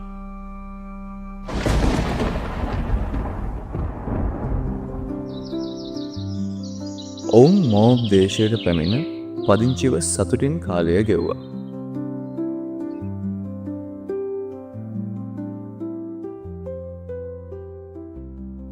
මගේ ළමයිනේ දවසක් හදිස්සියෙම එලිමෙලෙක් මිය ගියා. මේ විදියට දවස් ගත වෙද්දී නායෝමිගේ පුතුන් දෙදෙනාද විවාහ වුණා. ඔවුන් විවාහ වුණේ මෝවොබ් දේශයේ ඕර්පා සහ රූත් යන ස්ත්‍රීන් දෙදෙනාය. ඔවුන්ගේ එම තීරණයද දෙවියන් වහන්සේට විරුද්ධව තිබුණි. ළමයිනේ මේ විදියට කාලය ගත වුණා. මෝවොබ් දේශයේ සංසුන් දිනයක්. ඔවුන් එම දේශයේ ජීවත් වුණේ ටික කාලයකට පමණයි. හැබැයි එක් දිනයක විපාකය පැමිණියා. හදිස්සියෙම මාලුන් සහ කිලියොන් මිය ගියා. ඔවුන්ගේ පවුලේ නායෝමි සහ නායෝමිගේ ලේලිවරු දෙදෙනා පමණ ඉතිරිව සිටියා. මේ විදිහට ටිකක් දවස් ගත වෙද්දී නායෝමිට මෝප් රටේදී අහන්න ලැබෙනවා දෙවියන් වහන්සේ යුදා රටේ ජනතාවට ආශිර්වාද කරලා තියෙනවා කියලා. ඔවුන්ට කිසිම හිඟයක් නැහැ කියලා. එතකොට නායෝමි තීරණයක් ගත්තා මම ආපහු යුදා දේශයට ගියාම හොඳයි කියලා. මගේ ළමයිනේ රුත් සහ ඕර්පත් ඇය එක්ක යන්න ලැබි වුණා. ඔවුන් තිදෙනා එකට ගමන් කළා. ළමයිනේ ටික වෙලාවක් ගියාම නායෝමි රුත් සහ ඕර්පාට කතා කළා. ඔයාලා මාත් එක්ක හොඳින් හිටියානේ. දැන් ආපහු හැරිලා යන්න. ඔයාලගේ දෙමව්පියන් ගාවට. අලුත් ජීවිතයක් පටන් ගන්න. දැන් මං ගාව කිසිම දෙයක් ඉතුරු වෙලා නැහැ. ඕර්පාත් රුත් දෙන්නම ඇඬුවා. ඔවුන් කිව්වා අපිත් ඔබ එක්කම එනවා කියලා. ළමයිනේ ඒත් නායෝමි තව තවත් ඔවුන් එක්ක කතා කළා. ඕර්පා දුකට පත් වෙලා නායෝමිව සිඹල අන්තිමට හැරී ගියා. මගේ ළමයිනේ ඒ වගේම රුත් නම් හරිම පිරිසුදු සිතෙක් නායෝමිට කිව්වා අම්මේ මට කියන්න එපා හැරෙන්න කියලා. ඔබ යන තැනට මමත් යන්නෙමි. ඔබේ සෙනග මගේත් සෙනග. ඔබේ දෙවියන් වහන්සේ මගේත් දෙවියන් වහන්සේ. ඔබ මැරෙන තැන මමත් එතනම මැරෙනවා. ඉතින් ළමයිනේ නායෝමි තීරණය කළා රුත් සමග යුදා දේශයට යන්න. ඔවුන් යුදා දේශයට ආවේ අස්වනු නිලන කාලයේදී. ඔවුන් දෙදෙනා බෙත්ලෙහෙමට යන පාරේ දිගටම ගියා. නගරයටම ගියා. මිනිස්සු ඇවිල්ලා බලාගෙන හිටියා. මිනිස්සු ඇහුවා ළමයිනේ මේ නායෝමිද කියලා. නමුත් නායෝමි කිව්වා මට නායෝමි කියන්න එපා කියලා. මට මාරා කියන්න. මොකද මම කිසිම අඩුවක් නැතුව මෝබ් දේශයට ගියා. නමුත් දැන් මම හිස් වෙලා ආවා. ස්වාමින් වහන්සේගේ අත මට විරුද්ධව තියෙනවා කියලා මේ හැම මිනිසෙක්ටම නායෝමි කිව්වා. ළමයිනේ රුත් සහ නායෝමි කියන්නේ නෑදෑයෝ. නායෝමිගේ පවුලේ හැමෝම මැරිලා. ඉතින් දැන් රුත් ඉන්නේ නායෝමි එක්ක. දවසක් රුත් කෙත්වලට ගිහින් කරල් ඇඳිනවා. එතනට ළමයිනේ බෝවස් කියන පෝසත් මිනිහෙක් එනවා. බෝවස් නායෝමිගේ මියගේ මහත්තයාගේ නෑයි. ඔහු රුත්ව දැකලා මේ කවුද කියලා අහනවා. ඔහුගේ සේවකයෝ ඉතින් කියනවා මේ තමයි මෝවප් රටෙන් නායෝමි එක්ක ආපු තරුණ ගැහැණිය කියලා. බෝවස් ඉතින් ළමයිනේ රුත්ට හරි කරුණාවන්ත විදිහට සලකනවා. ඔහු ඉතින් ඇයට කියනවා වෙන කෙත්වලට යන්න එපා කියලා. මගේ තරුණියන් එක්කම මෙහි රැඳිලා ඉන්න කියනවා. ඒ විතරක් නෙමෙයි ළමයිනේ. ඔහු ඇයට අවශ්‍ය ආහාර පානද ලබා දුන්නා. ඒ වගේම වැඩ කරුවන්ට කියනවා රුත්ට උදව් කරන්නත් කියලා. රුත් ඉතින් හවස ගෙදර ආවම තමන්ගේ නැන්දම්මට කියනවා ඇය බෝවස් කියන මිනිහයාගේ කෙතේ වැඩ කළා කියලා. ඉතින් මේ වෙලාවේ ළමයිනේ නායෝමි ගොඩක් සතුටට පත් වෙනවා. මොකද බෝවස් ඒ අයගේ ළඟ නෑයෙක් නිසා. ඉතින් මගේ ළමයිනේ මේ නැන්දම්මා රුත්ට කියනවා බෝවස්ගේ තරුණයන් එක්ක යාම හොඳයි කියලා. අන්තිමට ළමයිනේ රුත් යවසා තෙරුඟු කපන කාලය ඉවර වෙනකන් බෝවස්ගේ කෙත්වල වැඩ කරා. ඒ විතරක් නෙමෙයි තමන්ගේ නැන්දම්මත් එක්ක ගොඩාක් සතුටින් හිටියා. ළමයිනේ නායෝමි රුත්ට කිව්වා මගේ දුවේ මම ඔයාට හොඳ ජීවිතයක් හොයලා දෙන්න ඕනෙනේ. ඉතින් බෝවස් කියන්නේ අපේ නෑයෙක්නේ. අද රෑ ඔහු පාවරේ යව පොළනවා. මගේ ළමයිනේ නායෝමි රුත්ට මෙන්න මෙහෙම උපදෙස් දුන්නා. නාලා සුවඳ පැන් ගාලා හොඳ ඇඳුම් ඇඳලා පාවරට යන්න කියලා. බෝවස් කන බොන එක ඉවර වෙනකන් ඔහු ඔයාව දකින්න ඉඩ දෙන්න එපා. ඔහු නිදාගත්තාම ඔහු නිදාගන්න තැන බලලා එතනට ගිහින් ඔහු ගාවින් නිදාගන්න. එතකොට ඔහු අවදිව ඔබට කළ යුතු දේ කියලා දෙයි කියලා මේ වෙලාවේ දැන් නැන්දම්මා රූට්ට උපදේශ දුන්නා. බෝවසිතින් කාලා බීලා සතුටින් ධාන්‍ය ගොඩ හරියේ නිදාගන්න ගියා. රූත් එමිහිට ඇවිත් ඔහුගේ පාද ළඟ නිදාගත්ත ළමයි. රෑ වෙද්දි බෝවස් බයෙන් හැරිලා බැලුවා. ඔහු දැක්ක ගැහැණියක් ඔහුගේ පාද ළඟ නිදාගෙන ඉන්නවා. ඉතින් ඔහු ඇහුවා ඔබ කවුද කියලා. මම ඔබේ සේවිකාව රූත්. ඔබේ වස්ත්‍රය මා මත දාන්න. මොකද ඔබ මාගේ ළඟ නෑයෙක් කියලා ඇය කිව්වා. බෝවස් කිව්වා ළමයිනේ, දුවේ දෙවියන් වහන්සේ ඔයාට ආශිර්වාද කරලා තියෙනවා. ඔයා දුප්පත් හෝ පොහොසත් තරුණයන් පස්සේ නොගිහින් වඩා හොඳ කරුණාවක් පෙන්වුවා. බය වෙන්න එපා. ඔයා කියන සියල්ල මම කරන්න. මගේ ළමයිනේ රූත් ඔහුගේ පාද ළඟ පහන් වෙනතුරු නිදාගත්තා. ඇය උදේම නැගිට්ටා. මගේ ළමයිනේ බෝවස් නුවර දොරටුව ළඟට ගිහින් වාඩි වුණා. මේ විදිහට ඉන්නකොට ඔහු කලින් කියපු අර ළඟ නෑය එතනට ආවා. බෝවස් ඔහුට කතා කරලා වාඩි වෙන්න කිව්වා. බෝවස් ඒ ළඟ නෑයට කිව්වා, මෝව රටින් ආපු නායෝමි අපේ සහෝදර එලිමෙලෙක්ගේ ඉඩම් කොටස විකුණන්න යනමත්. ඒක ඔයාට ගන්න අවස්ථාව දෙන්න මම කැමති. ඔයා ගන්නවද නැද්ද කියලා මට කියන්න. මොකද ඒ ගන්න අයිතිය තියෙන්නේ ඔයාට. ඊට පස්සේ මට වෙන කාටවත් නැහැ. ඒ නෑය කිව්වා මම ඒක ගන්නම්. එතකොට ළමයිනේ බෝවස් කිව්වා, ඔයා නායෝමිගෙන් ඒ ඉඩම ගන්න දවසේ මියගිය අයගේ නම පවුලේ උරුමය තුල තියාගන්න.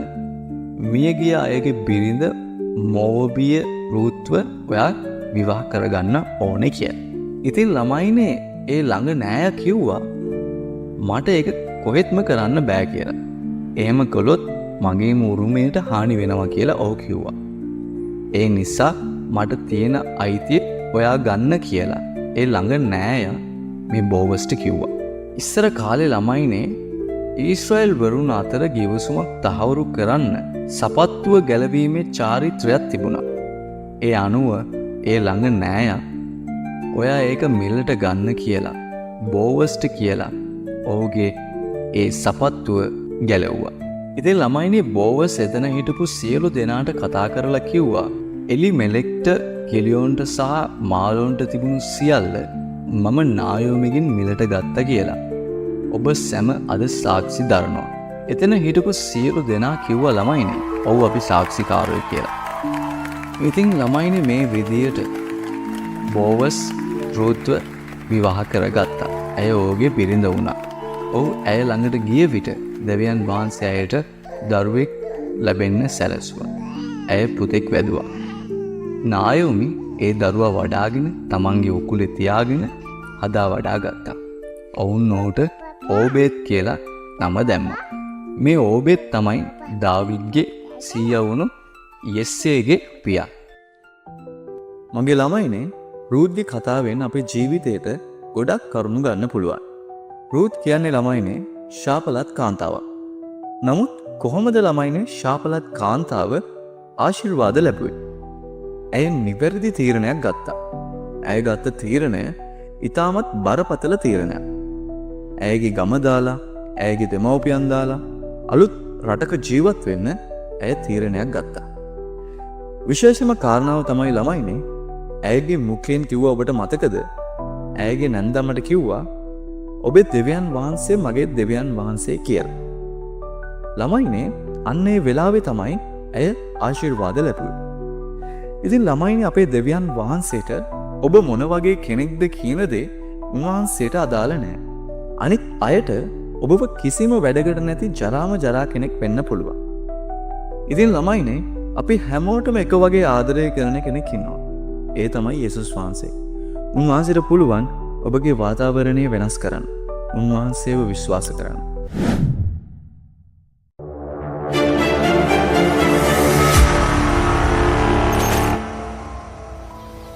විශාල රාජ්‍යයක් තිබුණා. එම රාජ්‍ය ඉන්දියාවේ සිට කූෂ් දක්වා රටවල් 127ක්. මේ රටවල් හැම එකම රජකම් කළේ එක රජ කෙනෙක්. ඔහුගේ නම අහශ්වේරෝෂ්. රජු තමන් සතු බලය, ගෞරවය, වස්තු ඔක්කොම පෙන්වන්න ලොකු උත්සවයක් සංවිධානය කළා.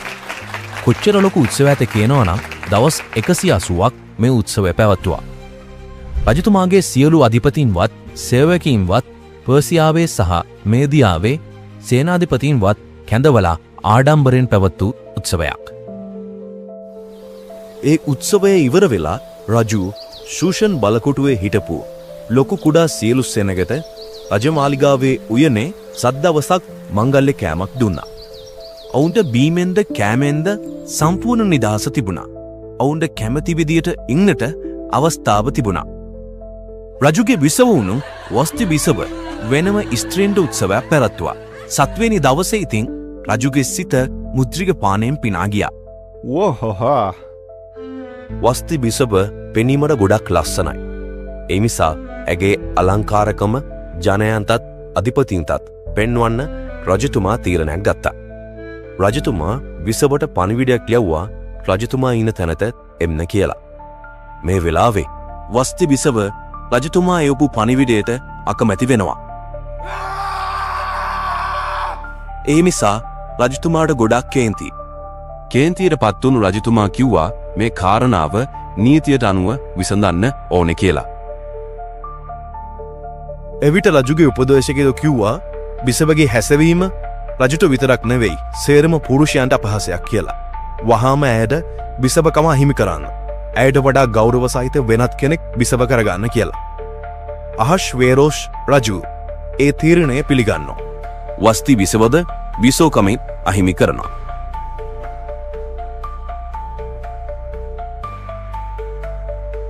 සියලුම භාර්යාවන් තමන්ගේ පුරුෂයන්ට ගෞරව දිය යුතු බව රාජ්‍ය පුරා නියෝගයක් නිකුත් කරනවා. මේ සිදුවීම් වලට පස්සේ අහශ්වේරෝස් රජතුමාගේ කෝපය කෙමෙන් අඩු වුණා. රජතුමා වස්ති බිසව සහ ඇය කළ දේද ඇයට විරුද්ධව කළ නියමයද ඔහුට මතක් වුණා. මේ වෙලාවේ රජුට සේවය කළ ඔහුගේ මෙහෙකරුවෝ රජතුමාට කිව්වා කල්පනා කරන්න දෙයක් නෑ රජතුමනි. ඔබතුමාට සුදුසු ලස්සන තරුණ කන්‍යා කෙනෙකු තෝරලා බිසව කරගන්න කියලා. එතකොට රටවල් 127කින්ම ලස්සන තරුණියන් රැස් කරන්න ආරම්භ කළා.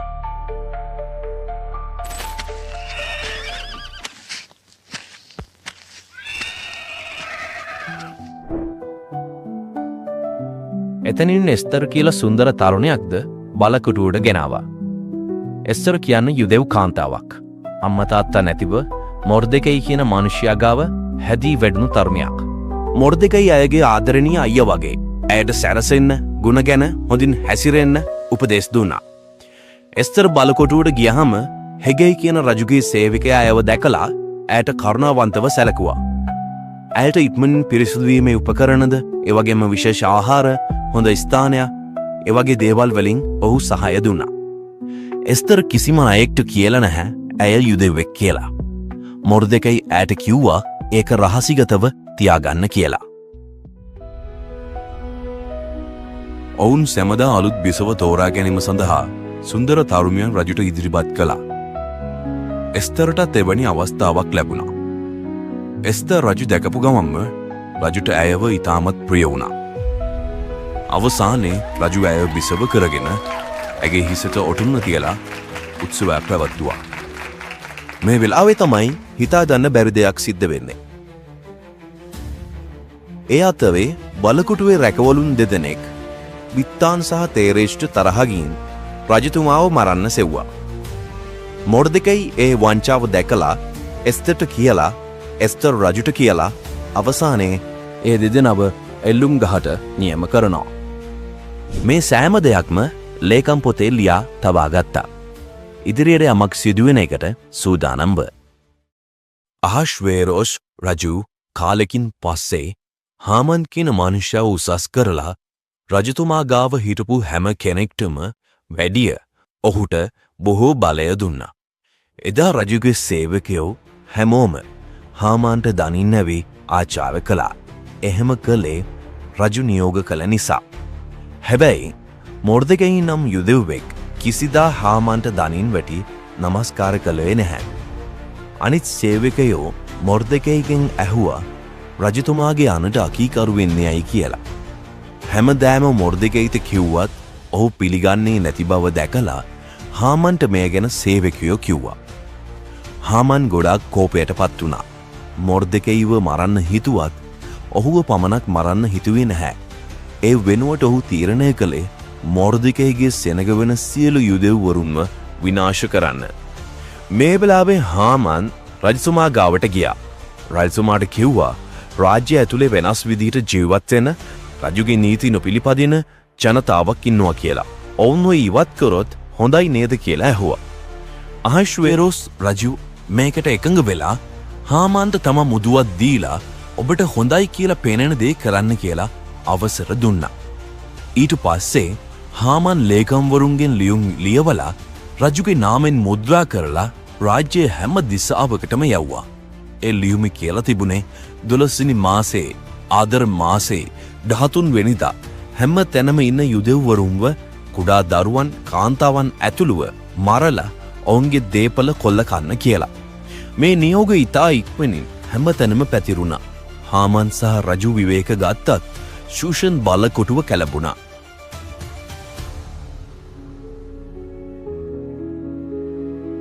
එදා මොර්දෙකයිට යුදෙව්වරුන් විනාශ කරන තීරණය පිළිබඳව හැමදේම ඇහුණා. ඔහු ඉතාම දුකින් තමන්ගේ ඇඳුම් ගලවාගෙන ගෝනිරිදි ඇඳගෙන නගරයේ මැද මහා හඬේ මොරගසා හඬා බැලපුණා. ඔහු රජුගේ මාලිගාව ඉදිරිපිටට ගියත් රජුගේ මාලිගාවට ගෝනිරෙදි ඇඳගෙන ඉන්න අයව ඇතුල් වෙන්න බැරි නිසා ඔහුට ඇතුල් වෙන්න බැරි වුණා. සියලු රටවල යුදෙව්වරුන් අතරේ මහත් වැළපීමද නිරාහාර ඇඳීමද විලාප කීමද වුණා. මේ දේ එස්තර් බිසවට ආරංචි වුණා. එස්තර් බිසව ගොඩක් ශෝකයට පත් වුණා. මොර්දෙකයිගෙන් ගෝනිරෙදි ගලවා දමා අලුත් ඇඳුම් අන්දවන පිණිස ඈ ඔහුට ඇඳුම් යවුවා. නමුත් ඔහු ඒවා පිළිගත්තේ නැහැ. එවිට එස්තර් ඈට මෙහෙ කරන හාතාක්ට අඬගහලා කාරණාව මොකක්ද කියලා දැනගෙන එන්න අණ කළා. හාතාක් රජවාසල ඉදිරිපිට තිබුණු නුවර වීදියට මොර්දෙකයි ළඟට ගියා. මොර්දෙකයි තමාට සිදුවුණු හැම දෙයක්ම කිව්වා. යුදෙව්වරුන් නැති කරන්න හාමන් ඔවුන් ගැන රාජ භාණ්ඩාගාරයට ගෙවන්නට පොරොන්දු මුළු මුදල් ගණනත් හාතාක්ට කිව්වා. ඒ වගේම රජුගේ නියෝගයේ පිටපතක් එස්තරට දෙන්න කියලා දුන්නා. එස්තර් ඒකට පිළිතුරක් යවුවා. රජුගේ ඉදිරියට කැඳවීමකින් තොරව යනකොට ඔහු රන් ජයකුන්තේ බිගු නොකුලොත් මැරෙන්න වෙනවා. මටත් මේක කළ නොහැකි වගේ. මට දැන් දවස් 5ක් වුණා රජතුමා කැඳවුවේ නැහැ කියලා. ඒ වගේම මොර්දෙකයි එස්තරට නැවත පණිවිඩයක් හරියා. ඔබ හිතන්නේ ඔබ රජමාලිගාවේ ඉන්නවා කියලා ඔබ බේරේ කියා. ඔබ නිශ්ශබ්දව හිටියොත් යුදෙව්වරුන් වෙන විදිහකට ගැලවීම ලබයි. නමුත් ඔබත් ඔබගේ පවුලත් විනාශයට එයි. එස්තර් එවිට නැවත පණිවිඩයක් හැරියා. මොකක් වුණත් ඔයාලා සියලුම යුදෙව්වරුන්ව එකතු කරලා මං වෙනුවෙන් දවස් 3ක් නිරහරව නොකා නොබී එන්න කියලා. මමත් ඒ වගේම කරනවා. ඉන් පස්සේ නීතියට එවෙයි වුණත් මම රජු එක්ක යනවා කියලා. ඊට පස්සේ මොර්දෙකයි එස්තර් කී දේවල් හැමදේම කළා. එස්තර් බිසව අලංකාර රාජවස්ත්‍ර පැළඳගෙන රජු ඉදිරිපිට තියෙන මාලිගාවේ ඇතුළු මිදුරට ගියා. එතන රජු හිටියේ තමන්ගේ රාජ සිංහාසනයේ. එස්තරව රජු දැක්ක දමන්ම බලාපොරොත්තු නොවුණු දෙයක් වුණා. රජු ඇය දැක කරුණාකොට තමන්ගේ අතේ තියෙන රන් ජයකුන්තය එස්තර් දෙස දිගු කළා. එස්තරයට ලං වී ජයකුන්තේ මුදුම ස්පර්ශ කළා. ඒකෙන් කියන්නේ රජු ඇය පිළිගත්ත බවයි. ඊට පස්සේ රජු ඇයගෙන් ඇහුවා ඔබට අයදුම මොකක්ද? රාජ්‍ය දෙකෙන් පංගුවක් වුණත් මම ඔබට දෙන්නම්. එස්තර් කිව්වා මා විසින් පිළියෙල කළ විශේෂ කෑමට ඔබත් හාමනුත් ආවනම් හොඳයි කියලා. රජු ඒකට එකඟ වෙලා හාමන්ව ඉක්මනින් කැඳවා ඔවුන් දෙන්නාම එස්තරගේ විශේෂ කෑමට ගියා. කෑමේදී රජු ඇයගෙන් නැවතත් ඇසුවා ඔබට ඕනේ මොකක්ද? ඔබේ ඉල්ලීම මට කියන්න. එස්තර් කිව්වා රජතුමනි ඔබ මාව පිළිගන්නවා නම් හෙටත් ඔබත් හාමනුත් එන්න. මම තව විශේෂ කෑමක් හදනවා. එතකොට මම ඔබට මගේ යථාර්ථ ඉල්ලීම කියන්නම් කියලා. හාමාන් එදා සතුටින් පිට වුණා. මේ වෙලාවේ ඔහු දැක්කා මොර්දෙකයි රජවාසල ගාව ඉන්නවා. ඔහුගේ හදවත කෝපයෙන් පිරුණා. හාමාන් ගෙදර ගියාට පස්සේ ඔහුගේ මිතුරන්ටත් බිරිඳටත් කිව්වා හිතන්න මට තියෙන ධනය, දරුවන් සහ රජු මට දුන්නු උසස් අධිකාරීත්වය ගැන. ඒ හැමදේම මට වටිනවා කියලා කෙලින් කියන්න බෑ. මොකද මොර්දෙකයි තාමත් මගේ ඉදිරියේ හිටගෙන මාව නොසලකා ඉන්නකන්.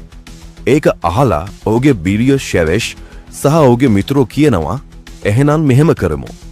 50 රියනක් උසට එල්ලුම් ගහක් හදවන්න. හෙට උදේම රජුට කියලා මොර්දෙකයි ඒකේ එල්ලා මරා දමන්න. එතකොට ඔයාගේ හිත පිරේ. පස්සේ රජත් එක්ක සතුටින් කෑමට යන්න. හාමාන්ට ඒ අදහස හොඳයි කියලා හිතුණා. ඒ නිසා ඔහු එල්ලුම් ගහ හදන්න පටන් ගත්තා.